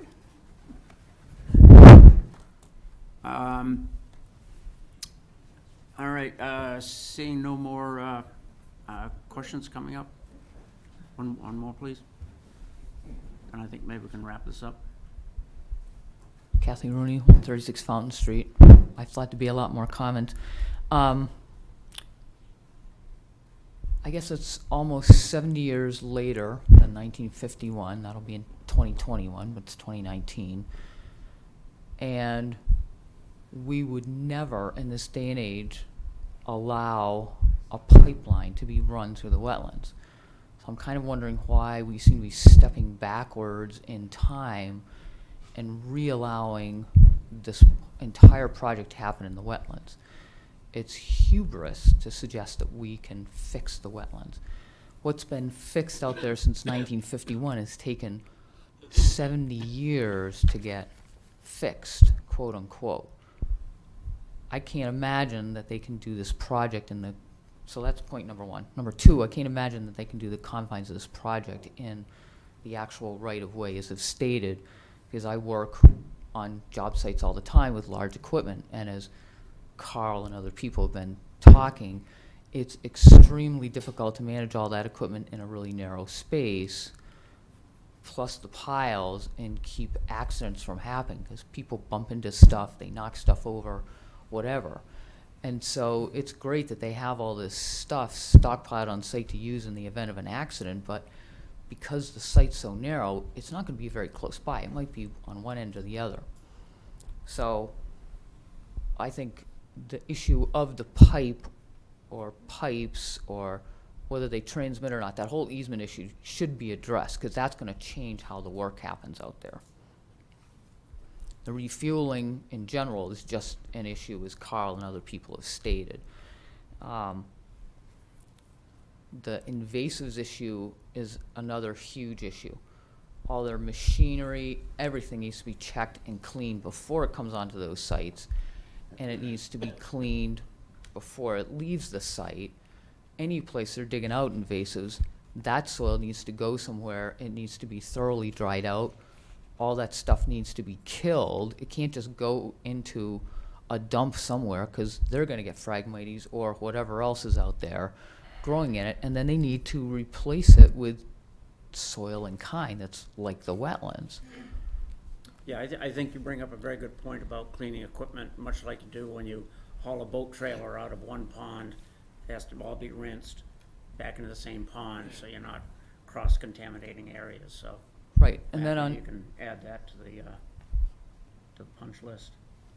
and then I keep hearing things like, when we found out about it for that exposed stream pipe. Well, I don't think Eversource is doing their due diligence if they didn't know about it right away, that that pipe was exposed. When we found out about it suggests that somebody in the town notified them and said, yo guys, come out here and check this out. Then there's another, if these procedures are followed, and I'm quoting,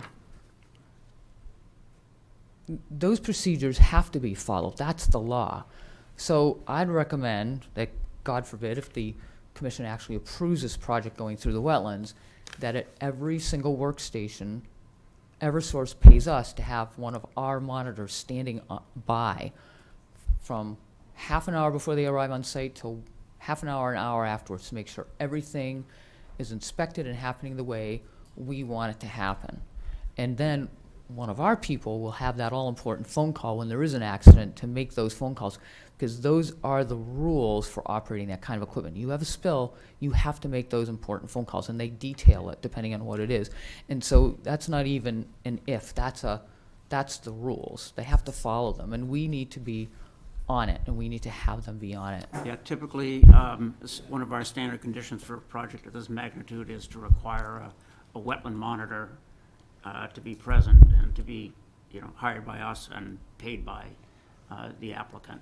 We need it at every single place where they're doing work, for every single stop along the way. So if they're working at 3 locations that day, it's 3 people. The work can't happen if there isn't 3 people there. We can't say, oh, go ahead, we can't find 3 people. We gotta insist on that. That's our right. And personally, I think this through the wetlands is baloney. That wouldn't be approved today. We shouldn't be approving it now. It should go through the streets, and they should be finishing the streets from curb to curb. They make a mess of the streets, they gotta fix them nicely. Thank you. All right, thank you. Mark, hold on a second. Matt is going to reply here. Oh, we've got Matt all over the place here. Oh, yeah. Sure, thank you for those comments. I just wanted to clarify one thing. I misspoke earlier when I said that when we found out about the exposed pipe, Sean just informed me that we've known about that for a long time. So I just wanted to clarify that. That was my fault. I misspoke on that. Regarding the invasives, that's a very relevant comment. That's something we deal with frequently, both on mostly on our transmission electric projects, because we own a lot of transmission electric territory more than gas. But the biggest threat to introduction and migration of invasives is the use of the swamp mats. So a good matting contractor will do this anyway, but they'll make sure that the mats are clean coming on site, and we inspect them to make sure there's no root or seed stock on the mats from other sites. If we did put a mat in, for instance, a Phragmites wetland, we would not just move it to another wetland. We would either, one, take it to an upland or another area on site where Phragmites wouldn't grow. They can grow in upland, but less likely. Usually it's in wetland. And we would either wash it down with a water truck that's on site for dust control, or another method that we use if there was not an underground pipe is sometimes we would pick up the mat and drop it, and vibration would shake off any root or seed material on there. So and the same goes for equipment. I mean, large equipment with rigid tires, sometimes root and seed material can get in there. So we make sure those are washed, inspected prior to being on site. So that's one thing the company's been doing, because unfortunately the invasives keep coming. So we have to do whatever we can to keep them from moving as part of construction. Right. Mr. Waldrop, could I, while you're up here, so you don't have to get up again, could I Sure. have a follow-up question Yeah, for something absolutely. that you mentioned before? Because it's kind of stuck in my car a little bit, and I guess I want some clarification, but I think we probably all want some clarification. You suggested, if you didn't say it specifically, that ultimately it's going to be the siting board that decides where this goes, and what happens here is irrelevant. Because it will be superseded. Do you want to comment on that? Yeah, if that's how it came across, Carl, I apologize. That's in no way what I intended. The part of this process is, well, first of all, the siting board considers this process. They get copies of the meeting minutes, any videos.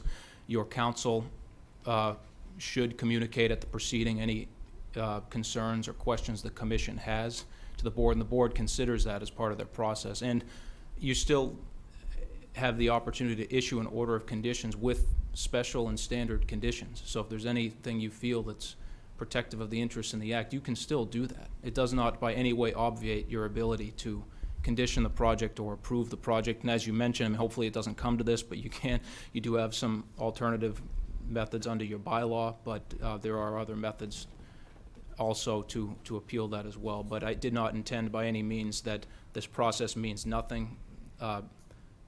I've met with many commissions, and each one we treat the same way, and we want to make sure that that's not the feeling at all, that you're being bypassed. I mean, the EFSB process, we have to go through it for projects of this size. We can't, it's not a way of circumventing the town. We're required to go through it by law, and there's certain things we can and can't do. And they consider all the processes that happen at the local level, but ultimately it is their decision considering everyone's input. Yeah. But I did not mean that the board's opinion does not matter. Matt, will the EFSB hold their decision until we decide here? In my experience, I've never gone through this process before. Each project's different, Mr. Chairman. In my experience, no, they will typically issue once they are satisfied. And say, for instance, if it came out that the alternative route, they said, we don't want the preferred route, we like the alternative route in the street, we would have to withdraw our application before you and file a new one for the alternative route. Will they leave it open as long as, like, for instance, through all this, we're gathering new information? And as long as we're gathering new information, are they still interested in that new information, or? You know, Or is it just whatever was submitted to them at the very beginning is all they consider? so they have their standard process, which is discovery. They take information from us and from the town. I would recommend checking with your counsel, your lawyers, on how the rest of the process works, because they handle a lot of the administrative and legal stuff on how that works, and us four here can't answer that, Well, but you said that they have the minutes to these meetings, or they watch the film. Who supplies? well, typically that's part of discovery. They will request it. They will send to the town, whoever is in charge on your end handling this matter, please provide, I think they actually asked Megan, please provide any minutes from these meetings, and she provided them, and they were discussed in the proceeding.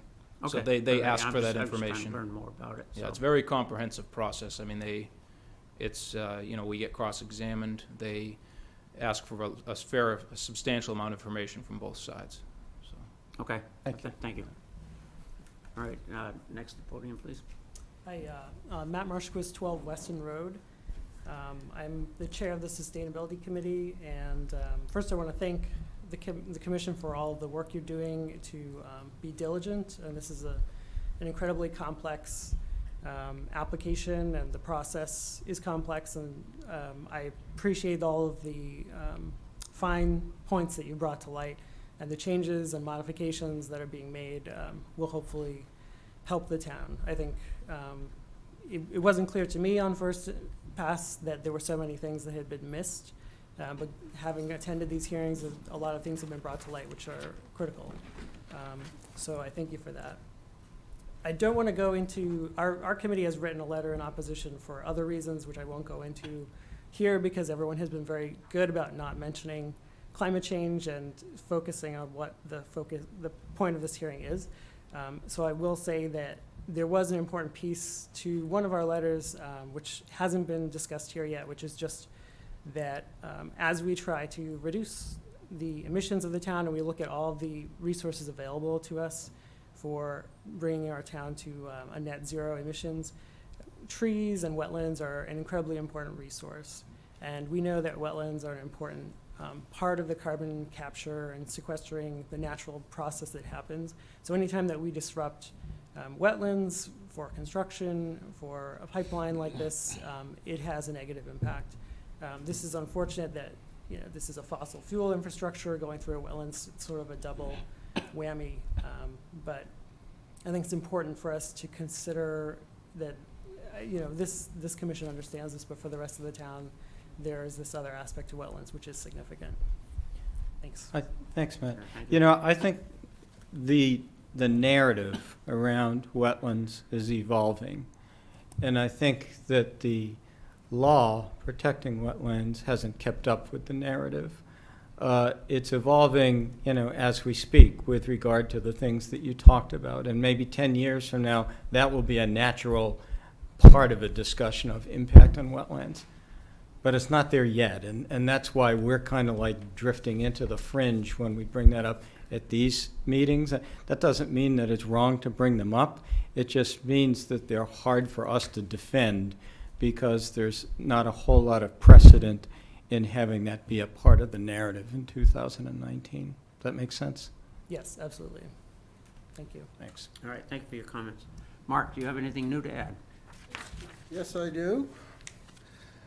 All the people that came up and select the last speaker are members of boards and committees. But this is a town. And the example I'm going to use is for the people wearing the stickers. They should be heard, but don't want to come up and speak to them the time they got a chance. They want the signs to say something, but not the voices. To the people sitting in the audience, I have done this for years.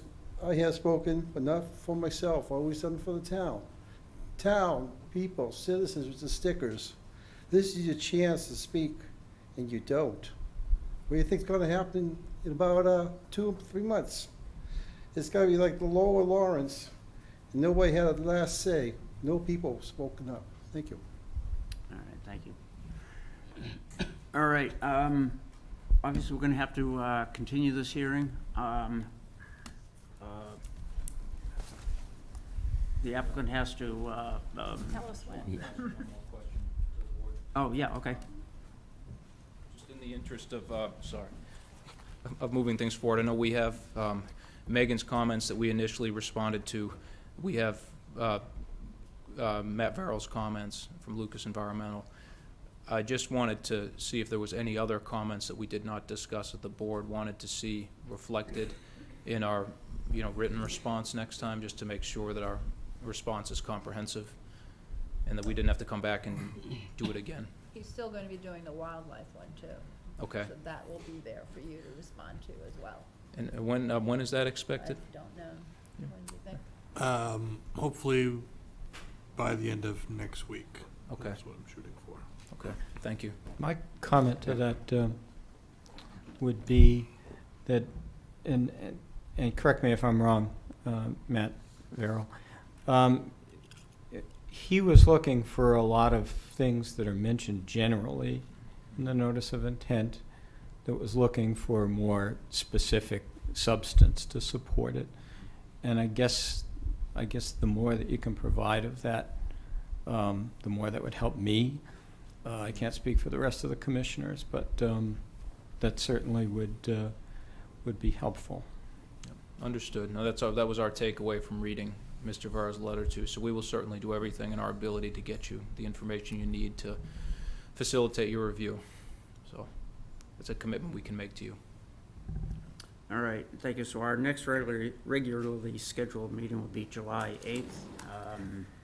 There's a few hearings that are scheduled for July 8th. I don't know if July 8th would be the best. Do you think you'd actually have documents ready, Rick, in time for July 8th? I'm guessing no. Probably, Okay, so the next dates after that are July 22nd, August 12th, and August 26th.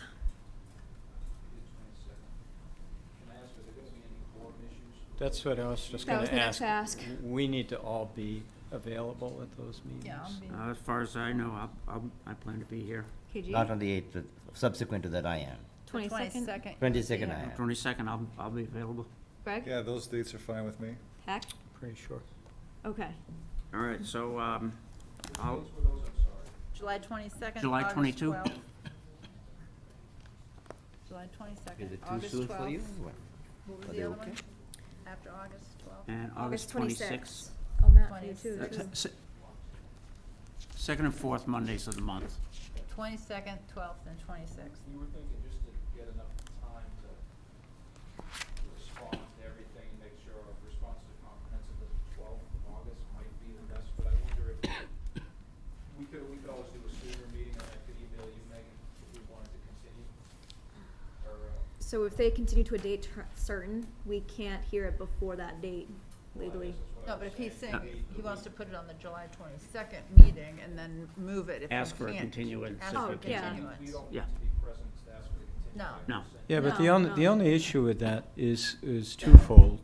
Is we have been scheduling other hearings around the Eversource hearing so that we have enough time to discuss them, and we've also been trying to give enough notice to the residents so that they can either make plans to be here or not be here.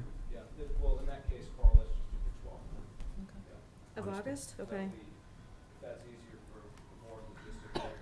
All right, so do I hear a motion for? I make a motion to continue 95-926 NOI and SMP for Eversource to August 12th. I second that. And all in favor? Aye. All right. And everybody's here that date too, correct? Yep. Matt, can you make that date? Yes. We forgot about him. It's better than the 22nd for me, so. Okay, good. That's good. What? Yeah, go ahead. I know, Megan, when I spoke to you today, you mentioned The contract? that Lucas might need additional funding. Could you guys speak about that a little bit? So for the contract with Lucas Environmental, I think what would be wise is if we amend the existing contract in order to cover a second review of his initial memo. Basically, what that would include is a final check off that all comments have been received and there's no further comments. I did touch base with Matt Verrill earlier today, and I asked for a cost estimate to be provided by the end of the week this week. Okay, great. Yeah, we're certainly open to additional funding if that's what the board wants to, provided it's reasonable and assist with your review of our application. As you mentioned, we just need that cost estimate to, make sure we can get the funds to support it, something in writing. And do you think you would still be feasible by the end of the week? Yes. Okay. Thank you. They know that it's coming. I told them it's gonna be the end of this week. All right, so we're all set here? We take a 5-minute recess so that everybody can disperse, or you want to continue with it? Yeah, well, I think somebody's gonna find Bill and bring him back in here to, I'm gonna go get him now. Do executive session. Oh, really? Okay. Thank you. Thank you. No, you're right. Good. Got all underlines and all this. I was like, oh God, I read it once and I was like, oh God, I gotta go again. Really. You should feel glad. All over the place. Excellent, nice. I like to see it annotated. It's like, damn, she read it. Yeah, sometimes you write these things and you wonder, does anybody ever actually look at it? I did. Twice. And my dogs were not happy. Geez, I'm gonna have to get it. All three of us were looking at it. What do you do? Yeah, it's paperwork. Thank you for being so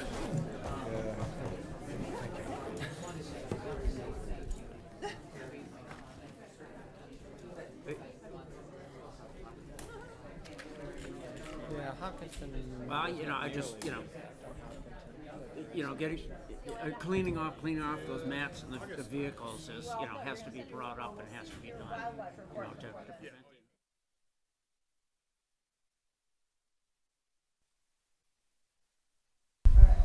Okay. All right, so I'll continue. So I guess the last thing is for the regular meeting is the determination of applicability. Yes, for Chris Katsiopoulos, 50 Magunko Road. All right, so what's your announcement on that? Okay, so you guys remember that this was an after-the-fact permit, and it's right down the street here for retaining wall, salt bin, oil, and gas type separator? Yep. Okay, so right now, there were a couple of conditions that were issued on the determination of applicability. One was for the concrete apron to be placed in front of the salt bin. 2 was for certain plants to go on top of the berm. So the plants have been added to the berm, and so far so good, but they did just plant them. The concrete apron is not in front of the salt bin, so I've asked him to address that. He said he would. The other thing too is he's been stockpiling type soils of some sort and debris, mainly soils and lumber toward the back end of his property. It does fall within wetland jurisdictional areas, but it's outside of that berm area, so even if it erodes, it's not going to go into wetland resource areas unless it goes way over the berm and then in. So it's inside the berm, not outside the berm. For me, it's outside the berm, but not in the wetland resource area. It's behind the buildings, then the berm, then the wetland. Okay. Make sense? Mm-hmm. Okay. So I just wanted to bring the commission, I just wanted to make sure that the commission was aware of that. What? Why is this? You just give us an update on that. Just giving you an update. Okay. Okay, the salt bin should have come before the Conservation Commission. It did. It did. It was in the approved plans. It was? Yeah. Yeah, we said they should You put needed an apron. concrete apron in front of it. He hasn't done that yet. So, Okay. It was. I have no memory of that salt bin. But the berm was supposed to be covered. It's not. It was supposed to be covered with, Grass. so I don't recall anything about the grass, but I do recall conditions in there for plantings to go on top of the berm. That's happened. The grass had already taken. Yeah, when- well, it's when no he came longer for it. there. And there's runoff down onto Alberini's property. Oh, really? So was it This just this an place is annu- just totally not reminiscent of what we approved from my Is it perspective. just an annual grass, not a perennial grass? I don't know what it is. We went out there for another reason, for the rail trail. Yeah. And we said, what is this? Gene was with me. And And the there berm is all there bare? is nothing on the berm. Okay. Can you take a look then? Yeah. There's scouring that Right. runs down to Alberini's. No, go ahead, Carol, just. There's, I don't remember approving that shed, but if you said we did, I remember approving the work there. I don't remember approving that. Do you have plans with you, or can? I don't have the plans with me, no, but I can send them to you. Well, if we did, then we did. I just don't remember that. Yeah. But that whole area doesn't look anything like what I remember being described to us when we were approving it. I thought that whole berm was all stabilized with grass and matting, and I assumed it was gonna remain, but maybe that was whole growing season, and it was just like an annual ryegrass that doesn't come up again the second year. So he's gotta fix that now. He's Yeah. gotta put something to stabilize. Jute netting. the jute netting. Yeah, Yeah.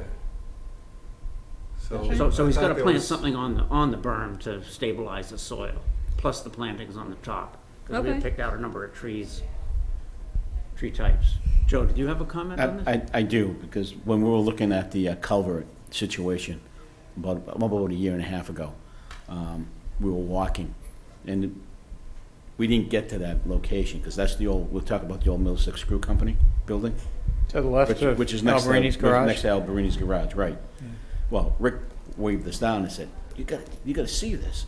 So we walked over, and lo and behold, there was this opening in the back area there that it was like, cleared up about 3 acres of land.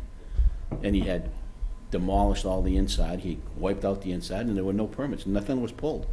Nothing was pulled. So, we asked him, about this and that and everything else. He was very, very upsetting, and he was very rude. And, we asked him to see the permits. He had absolutely none. He had nothing, absolutely nothing. And then Rick said that he had been talking to this gentleman, and they were gonna put a road in between Rick's building and that current building that's there. So I don't know if you have plans. I'm kinda curious whether or not there are plans that show a road going between Rick's property and the other. No, the they other put a building. wall there. They ended up putting a wall there. So, but it's not a Eventually, roadway. after you saw that, that did come before the commission. Okay. We went out For a whole there. notice of intent. Okay. And they claimed that they didn't know it was jurisdictional, And so we walked through the condition, we went out there several times Mhm. and walked through the conditions, and they were following some. There was grass on the berm at one point. They had put the berm there themselves, not at our instruction, but they should have come to us before they put it there. I agree with you. And there was a discussion as to whether there was runoff onto the neighboring property, and the answer was no, but there seems to be. There's a little, if you go out there and take a look, Rick doesn't want to make issues or hard dealings with the people. But it's not Rick's job to uphold the Wetlands Protection Act. No, you know? oh, you're right. But he also doesn't want to, he doesn't want to be a bad neighbor, Mhm. Sure. so. he Well, just- we All right, so understand we need to stay on top of this and get them to Oh, absolutely. comply Thank with the you. order Thank you, we've Joe. issued to them, so. Absolutely. Have you been out there recently? I was out there a few weeks ago. Okay. Check so the runoff maybe we then. need to take Yeah, another look at it. yeah, I can do that. See where Did it's you notice running. any extra fill back there? Well, I think so, just because, remember how I mentioned the stockpiling, kind Yeah. of taking place in back? There's nothing in the plans or the narrative or any documentation that says that we approve that stockpiling. So I wanted to bring it in front of the Conservation Commission to see if anybody remembers that. No, that was another issue. That all of that stockpiling was not approved. Unless it was approved the same night that we did the salt shed that I don't remember. Yeah. What I remember, he was gonna be operating a trucking company, and the area within the berm was gonna kind of be his playground, and that berm was gonna protect the But it's not a- resources But he from. wasn't supposed to stockpile. Yeah, he's not running a trucking company, he's running a loan company. Yeah, yeah, that's pretty much what he's doing. Oh, really? Okay. He's Alright. running a loan company, then he's stockpiling a loan there. So let me talk to the Whoa. town planner too. I know he just started, so he's not gonna have background knowledge on this, but let me see if he can pull the decision from planning board to see what kind of use that was designated as. And go Also, from what there, we because had then that said, too. means, yeah, Pull because, ours. yeah, and because if he's going against any sort of a planning board decision, as you know, I don't have the authority to enforce that, but the building inspector does. Right. Send him out then. So I'll touch base with Peter in the morning, who's the new town planner. But also look at what did we permit him for? Don't they have, Absolutely. At the don't they have to time, file a too. business certificate with the town for whatever type of business they're doing? Honestly, I don't know about that. I think so. I'll check with the town clerk. Talk to the town clerk or something, maybe I think they'll the have. building But didn't the inspector would be the commission, better. long before my time on the commission, run into the same issue at the Marathon Deli behind there with stockpiling of? Yeah, yeah, all that bark mulch, and he Yeah. was, processing it. Yeah, that was D&D mulch. Oh, yeah, they got a That was an issue, They're right? everywhere an issue. Yeah, No, yeah. they- For years. No, we knew they were putting stuff there, but they didn't do what they were supposed to at first. Right, yeah, they didn't put any of the drainage in, and the odors coming off that were more than the neighbors could stand. And that's right on a wetland there. Yeah. Okay, All right. so you're Thank gonna you. follow up on that, Mick? Absolutely. So, So that's pretty much it from the agenda. The next step is gonna be the executive session. We'll go into it very briefly, and then we'll adjourn. But Shut to him do off. that, we'll need to shut off everything. Mhm.